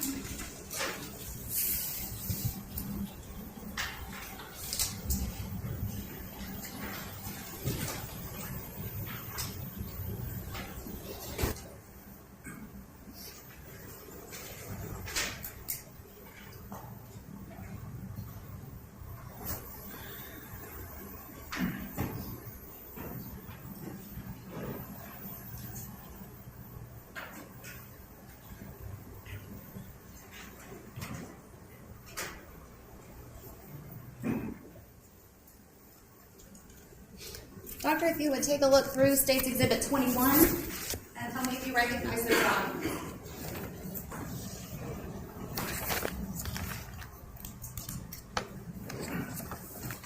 Yes, I do recognize this. Okay. And what patient records do you have there that you recognize? Patient records of Dylan Groves. Okay. And is he given a patient number or some type of identification for the record? More than his name, or do you just chart them by name? I go by the name. I mean, I think we do have a number that we assign. Okay. All right. Would you say that's a true and accurate representation of the records provided by your office to our office? Yes. Okay. Let me direct your attention to February 2019. did you have an opportunity to treat baby Dylan Groves as a pediatric patient? On February, yes, in February, yes. Mhm. Okay. What was the first date that you would have seen baby Dylan? Would that have been February 21st? February the 7th. February the 7th. If you would explain to the members of the jury how you became involved in baby Dylan's care. Pardon me, I'm sorry? If you would explain to the jury how you became involved in his care on February 7th. Okay. Of course, the parents had scheduled an appointment. We had called, I do believe, because of an abnormal newborn screening, that all infants get a blood test done shortly after the time of birth to screen for certain metabolic or endocrine abnormalities, things like cystic fibrosis or congenital adrenal hyperplasia, things like this. And there's a series of panel of tests, and one of his tests came back abnormal. And so we contacted them because I think they had probably listed us as being the pediatricians in the hospital. And so we contacted them about coming in for an appointment, I think is what happened. Okay.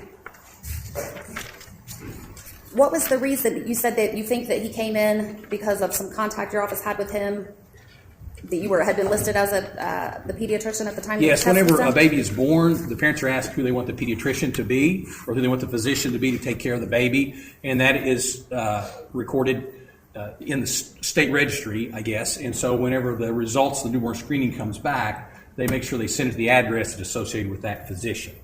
Okay. And so when you saw the baby on February 7th, would you explain to the members of the jury what took place during his appointment, what your exam involved and what you found? Yes, he came in with both his mother and father, and there's nothing really out of the ordinary as far as exam. What they do, they come in and get a set of vital signs, get the weight, and then their nurse asks some questions about how they're feeding and if they have any concerns or problems, and then they're placed in a room. And I come in, I talk to them, ask them kind of similar questions and make sure everything's going okay, and do a physical exam, just ask about feeding and that sort of thing, and dirty diapers and wet diapers and how they're sleeping. There was the only thing that was out of the ordinary that I recall from this visit was that he had this abnormal screening test, and so I talked to them about that and asked them to go over to Southern Ohio Medical Center to have some lab work done to make sure that even though the test had come back with an elevated level in the state lab, that he was in fact normal. And so that was it. We had prayer, and then they left and went apparently to the hospital and had the lab work done. Okay. Did the parents report whether baby Dylan was bottle or breastfed? Yes, they would have. It would be here in the note. I don't recall. I think bottle fed, but I can look and see. Okay. Okay, package vaccines. Formula fed, Gerber soup. Okay, and if you would tell the members of the jury what his height and weight was at that time. Okay. His weight was 7 pounds and 2 ounces, and his length was 19 and a half inches. Okay. And then you said you do a general examination. Does that mean you do, part of that is a musculoskeletal examination? Yes. Okay, so what do you do when you do that part of the examination, if you would explain that to the jury? Okay. So, we start with just looking generally at the baby's skin, make sure the color is normal, there's not too much jaundice, that they're not that they're pink, they're not cyanotic. Then you go from the head down, make sure that there's nothing abnormal about the head, ears, eyes, throat. Make sure the baby is moving the arms well and has something called a Moreau reflex, so that you can kind of pull up on the little baby's hands and just gently kind of let them go and startle, make sure they have symmetric movement of the arms. Check the legs, make sure that the tone is good in the legs, the muscles are good. We check the hips by we call abducting the hips. We hold the knees flexed and then go out with the hips and make sure that the hips are not dislocatable. And then just kind of see how the baby's moving. So that's the general musculoskeletal exam that we do. Okay, and everything appeared to be normal from that visit? It did. Okay. Is it your policy in your office to schedule the next appointment before they leave? Would you schedule in is. advance? Uh-huh. Okay. And so when was the next time they were supposed to return? Let me see. We asked to follow up at the 2 months and 6 to 8 weeks. And let's see.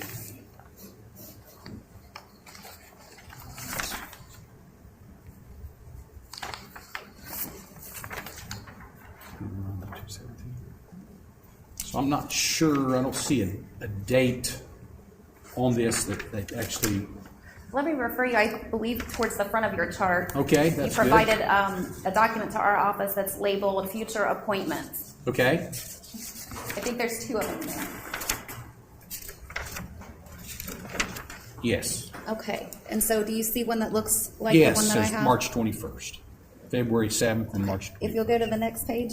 Okay. Sorry. That's okay. And then what is the earliest date there? February the 21st. Okay. And does that, I'm sorry, the sheet you're holding there match the sheet I'm holding? It does. Okay.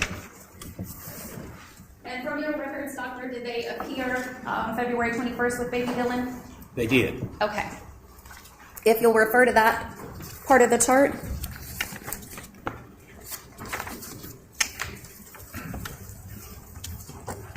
Again, what's the purpose of that visit? Well, I think we wanted them to come back a little bit sooner because of usually they come back at 2 months. So this is a little earlier than 2 months. It's about almost 6 weeks. But one of the concerns, I guess, of course, was the abnormal newborn screen. Again, when we sent him to the lab, they did part of the lab work that we ordered, but there was an error made at the hospital, somewhere in the lab or registration, I'm not sure where, and they didn't do the second part of the test that we had ordered.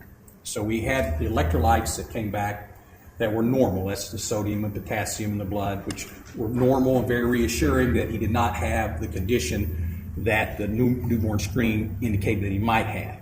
But there was another test that I was looking for that was not done. That was a repeat of the newborn screen, and so they didn't do that. Let me ask you, are these follow-up screenings that you're requesting in regards to the abnormal screening that showed that he may have abnormal or elevated levels of 17-hydroxyprogesterone? Yes. Okay. At some point, was that eliminated? It was eliminated because you have to understand that I was not the physician that took care of the child in the hospital at Southern Ohio Medical Center. So they came to me subsequent to that. And I didn't realize that they had done a 17-hydroxyprogesterone at the hospital before he ever left. So with his normal serum electrolytes that were done on the 7th of February, coupled with the normal 17-hydroxyprogesterone level that was done while he was in the hospital, that pretty much eliminates the risk for him having that condition, 21-hydroxylase deficiency or congenital adrenal hyperplasia. So he did not have that, but I didn't realize that. So that was why I didn't realize he had that other test done. So that was one of the reasons I kept trying asking the parents to take him. to do that. Did they take him, to your knowledge? The second time, they took him the first time, but I don't know. We never were able to get the repeat newborn screening done. They didn't go back. Okay. Is my understanding. We'll come back to that in just a second. So let me direct your attention back to this February 21st office visit. Who presented there at the office with the baby? I believe it was mom and dad. Okay. And again, if you would, tell the members of the jury what his height and weight was at that visit. Yes, his weight was 17 pounds 7 pounds 15 ounces. Although it says 7 pounds 16 ounces, I don't know how that happened, but it was 7 pounds 15 ounces when I went back and looked. But and his length was 20.3 inches. Okay. And if we reflect back to the future appointment sheet that we just looked at, and the one before that, what were the next scheduled appointments for baby Dylan?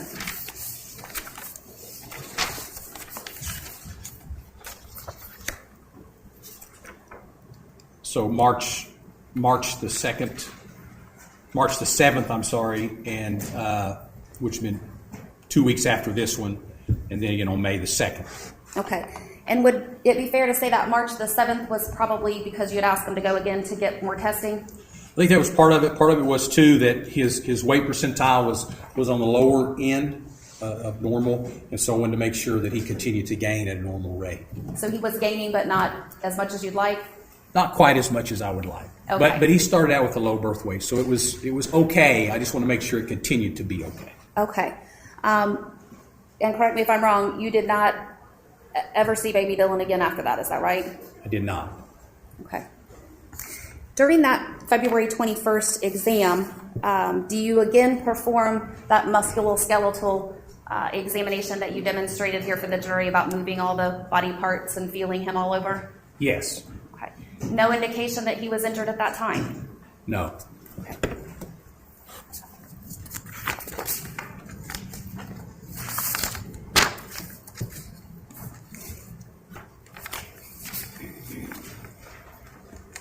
And it looks like from the records you provided, your staff was attempting to contact the parents but not getting a response.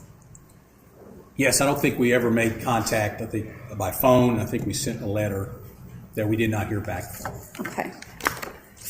Let me ask you to refer towards the end of your chart there and see if you can locate these two documents in your records.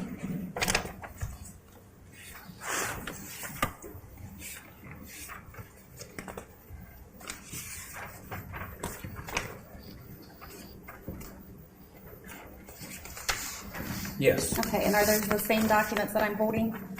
they are. Okay. And so in referring to that exhibit, would it be fair to say that your office sent a letter to the parents on February 26, 2019? Yes. Okay, and what was that letter in reference to? It was in reference to the laboratory, abnormal state lab, Okay, and so you're asking the parents, to contact us. And it also says, so please give our office a call concerning the lab work that must be completed for Dillon, the state, and that's talking about the state of Ohio and their laboratory system. Those people have reached out to us about this repeat newborn screening. If the test is not repeated, they will involve Children's Protective Services. I'm sorry if this has caused any inconvenience for you, but this must be repeated. Talking about the newborn screening. okay, and then there's also a letter sent from your office on April 1st, is that right? Yes. Okay, and what's that letter in reference to? It says, it is very important that you call our office, and it provides the number 606-932-2079. Please ask for Anita Jacobs.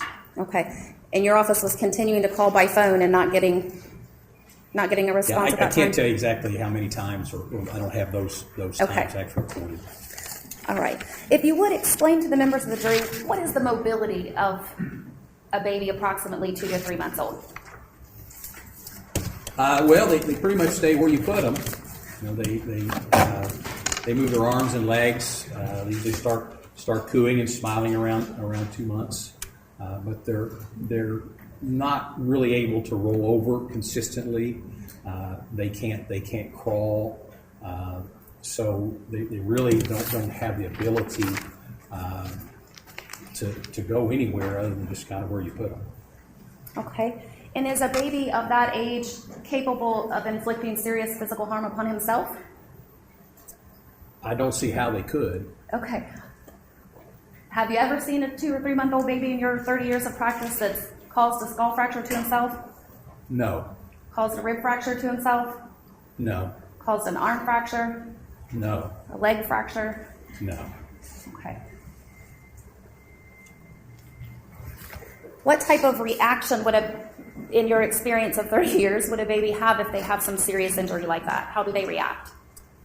Well, you talking about bone fractures, like Yeah. leg fracture, femur fractures? Yes. Yeah, they would be in a lot of pain, just like any of us would be. They feel pain just like we feel pain.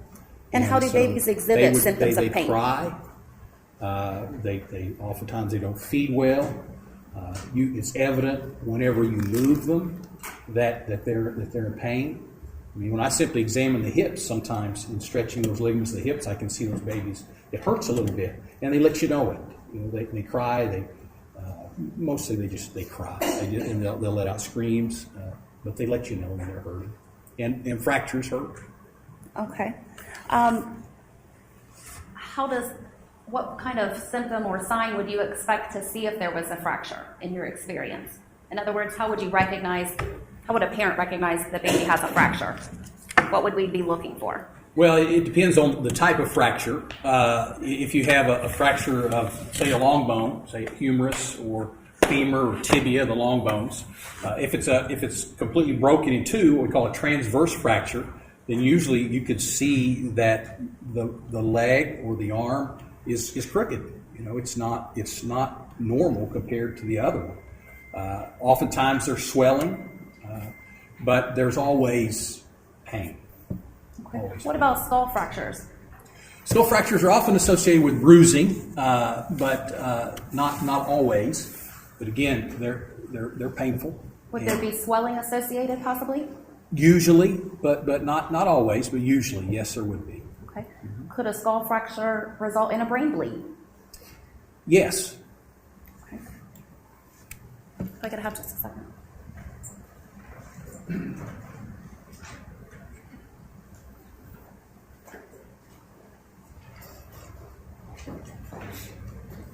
Rona, I don't have any further questions at this time. Mr. Stratton, you may cross-examine the witness. Thank you, Your Honor.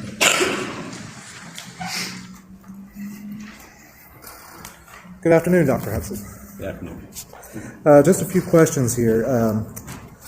You saw Jessica Groves and Dylan and Daniel Groves in your office twice, correct? Yes. Okay.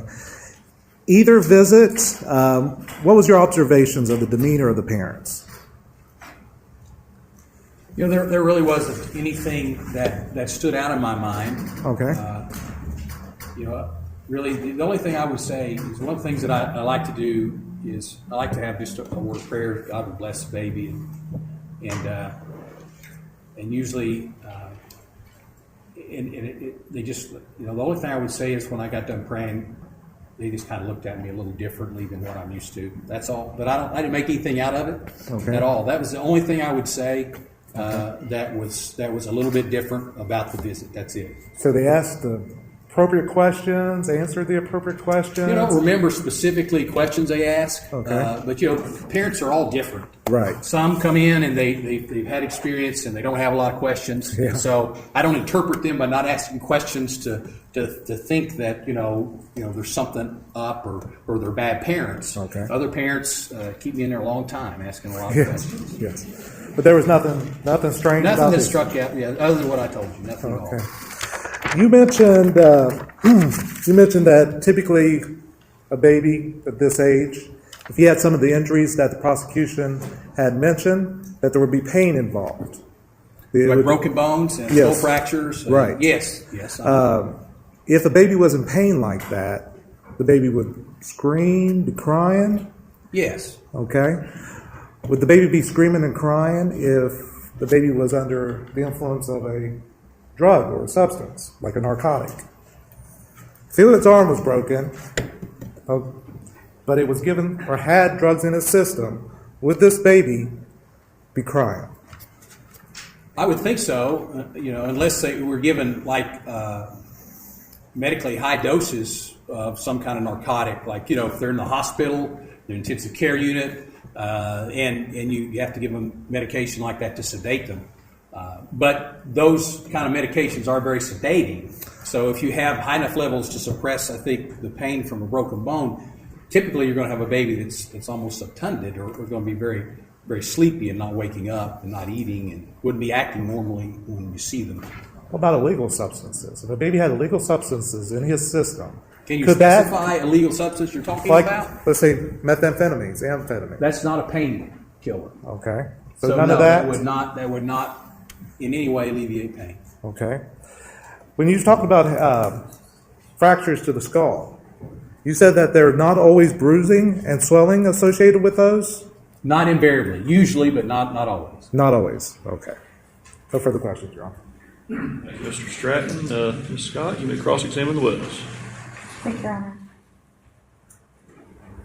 Do you recall if you also treated the Groves' older child, Daniel Groves Jr. or not? I know Daniel's been in the office, but I don't remember the last time that I saw him.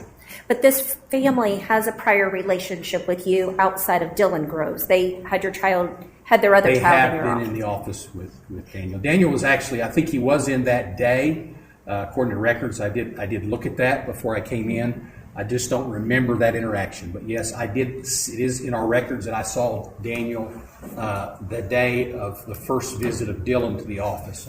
So on February 7th of 2019, Yes. you would have had a visit with both Daniel Jr. and Dylan at the Yes. same time. Okay, so In this different fam- rooms, though. They weren't together. Sure, sure. Well, one's probably 13, 14 at the time, and then you have an Yes. infant baby. So, okay, I get you. But this family had a prior relationship with you, correct? Yes. Okay. So you've had multiple times to observe them. I just can't, I would have to go back and look. So I can't really comment to that as far as observing them over multiple times. I'm sorry. Again, it's just one of those things I see No, a lot of that's- patients that don't remember. That's okay. I almost feel like you're thinking I'm going to ask you a trick question. It's not a trick question. Right. I guess what I'm saying, but I want to answer truthfully. Sure. So I even going back and looking at the times that Daniel's been in the office, there wasn't a lot. I think that in our records that we've had for the past almost 3 years now, I think there was only a couple of visits. One of them was from February the 7th. And then he may have been out in our Lucasville office, which we had a different medical record. And so I didn't go back and look at that to see how many times he had been out there and if I had seen him there. Okay.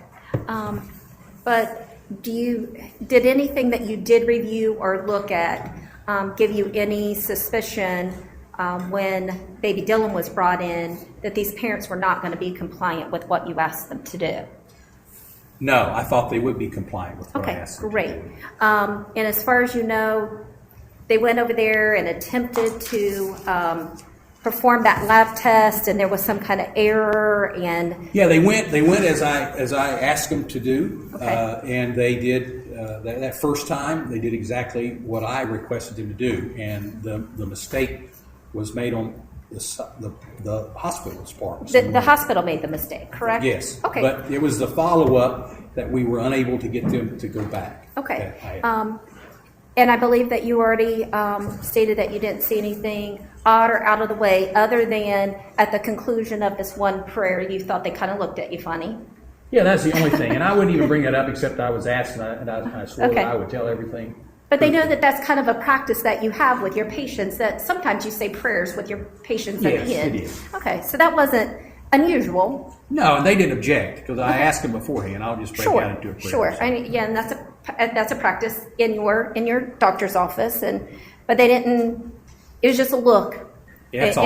That's and, all. and they didn't say anything out of the way. No, they did not. They didn't negate anything you said, or It might have been just surprise. I don't Okay. know. 'Cause it wasn't anything okay. mean or unkind. Okay. And I know that you were addressed or asked to address the issue of a potential skull fracture. Do you know how long it takes for a small skull fracture to heal or show signs of healing? I think you should be able to see some signs of healing within a couple of weeks on a re-X-ray. I think. Okay.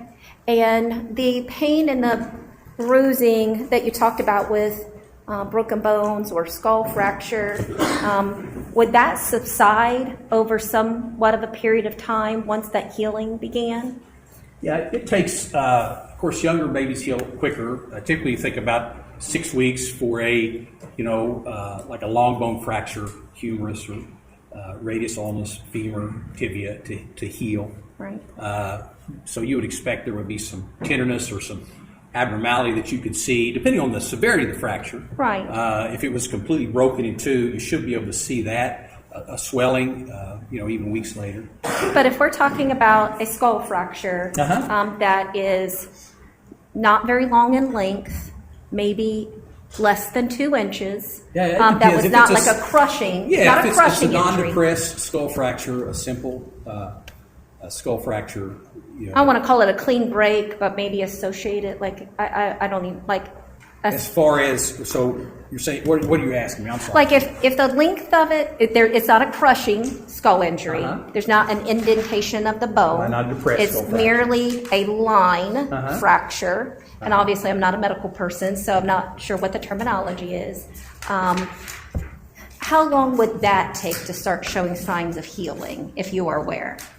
Well, I guess I can't say for sure. To show signs, you mean like when you say signs of healing, you're saying That the bone you was could starting to actually knit back together. That you could X-ray and see that there was healing. That's correct. Okay. You might see some signs on X-ray in just a few days, Okay. but it may take longer. But Right. I'm really not.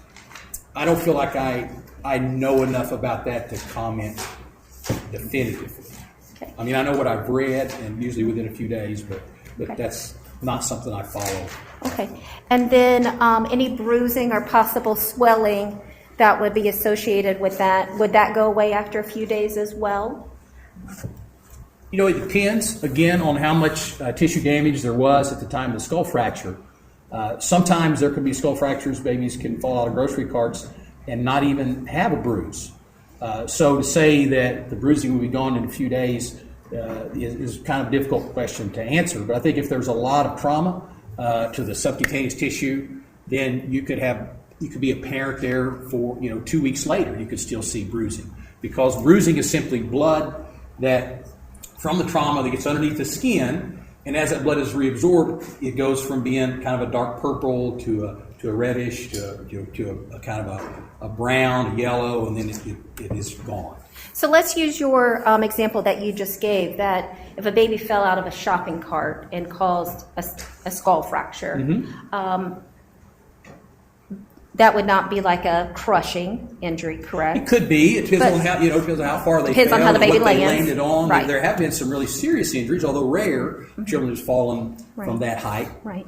But you use the example that sometimes you may not even see anything associated Sometimes there with may that. not be much of an external evidence of a skull fracture other than an X-ray, which is of course not external. Right. But as far as just examination with your eyes and hands, you may not be able to detect it. But that's what I was getting at. So there may be some incidents that would result in a skull fracture that may show no outward signs, such as bruising or swelling. That can happen. Thank you. That's what I needed to know. Thank you so much, Dr. Hudson. I appreciate it. Any further questions, Ms. Scott? No, Your Honor, thank you. May redirect. To Sophia.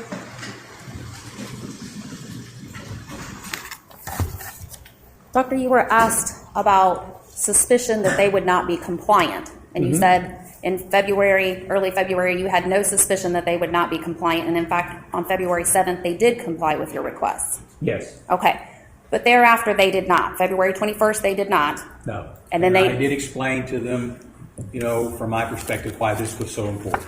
Okay, and then they failed to show up for future appointments and failed to have contact with your office after that. Yes. Okay. You were asked about whether a baby would exhibit signs of pain if he were on illicit substances or prescription drugs, but the topic came up of methamphetamine, and you said that's not a pain medicine. Yes. What does methamphetamine do to the body? What does methamphetamine? Yeah, what effect does it have on an infant's body if a baby's exposed to a methamphetamine? Well, you would expect the baby, amphetamines are stimulants, okay? So you would expect a baby to be crying a lot. What do babies do? You get overstimulated, you expect them to cry a lot, you expect them to not sleep. If they were under, influence of methamphetamine, maybe not to eat well, maybe to vomit, but sleeping and not experiencing pain, I wouldn't think would be a side effect. As a pediatrician, do you chart the circumference of a baby's skull or head? Yes. If you would tell the members of the jury what the circumference of that baby's head was on February 21st.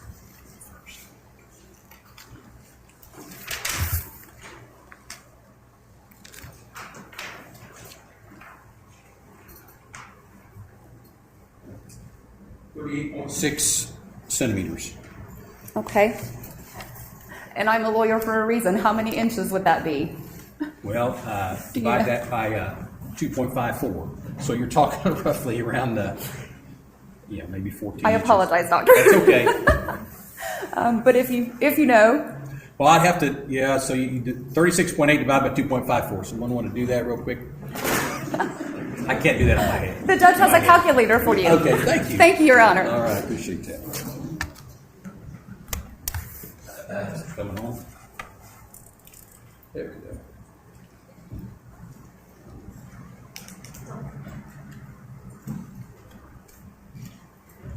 .5 inches.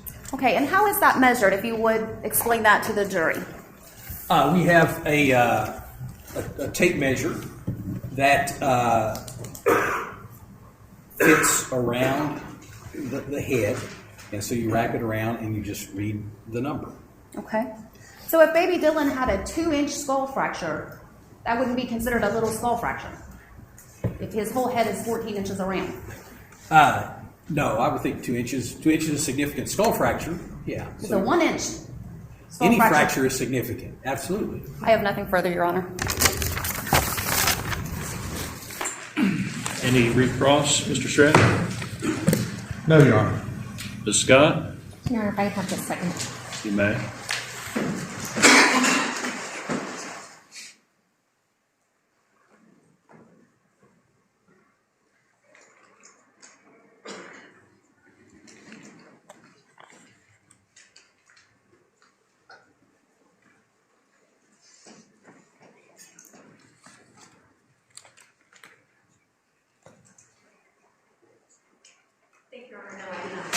Is this witness excused? Yes, Your Honor. Yes, Your Honor.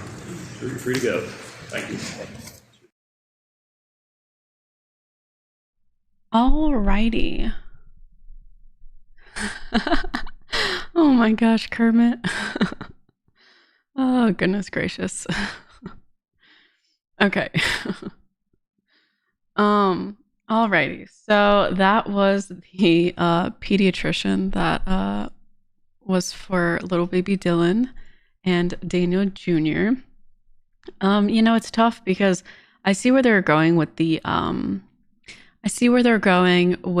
the fractures and not being able to see stuff, like he could have had more than what meets the eye.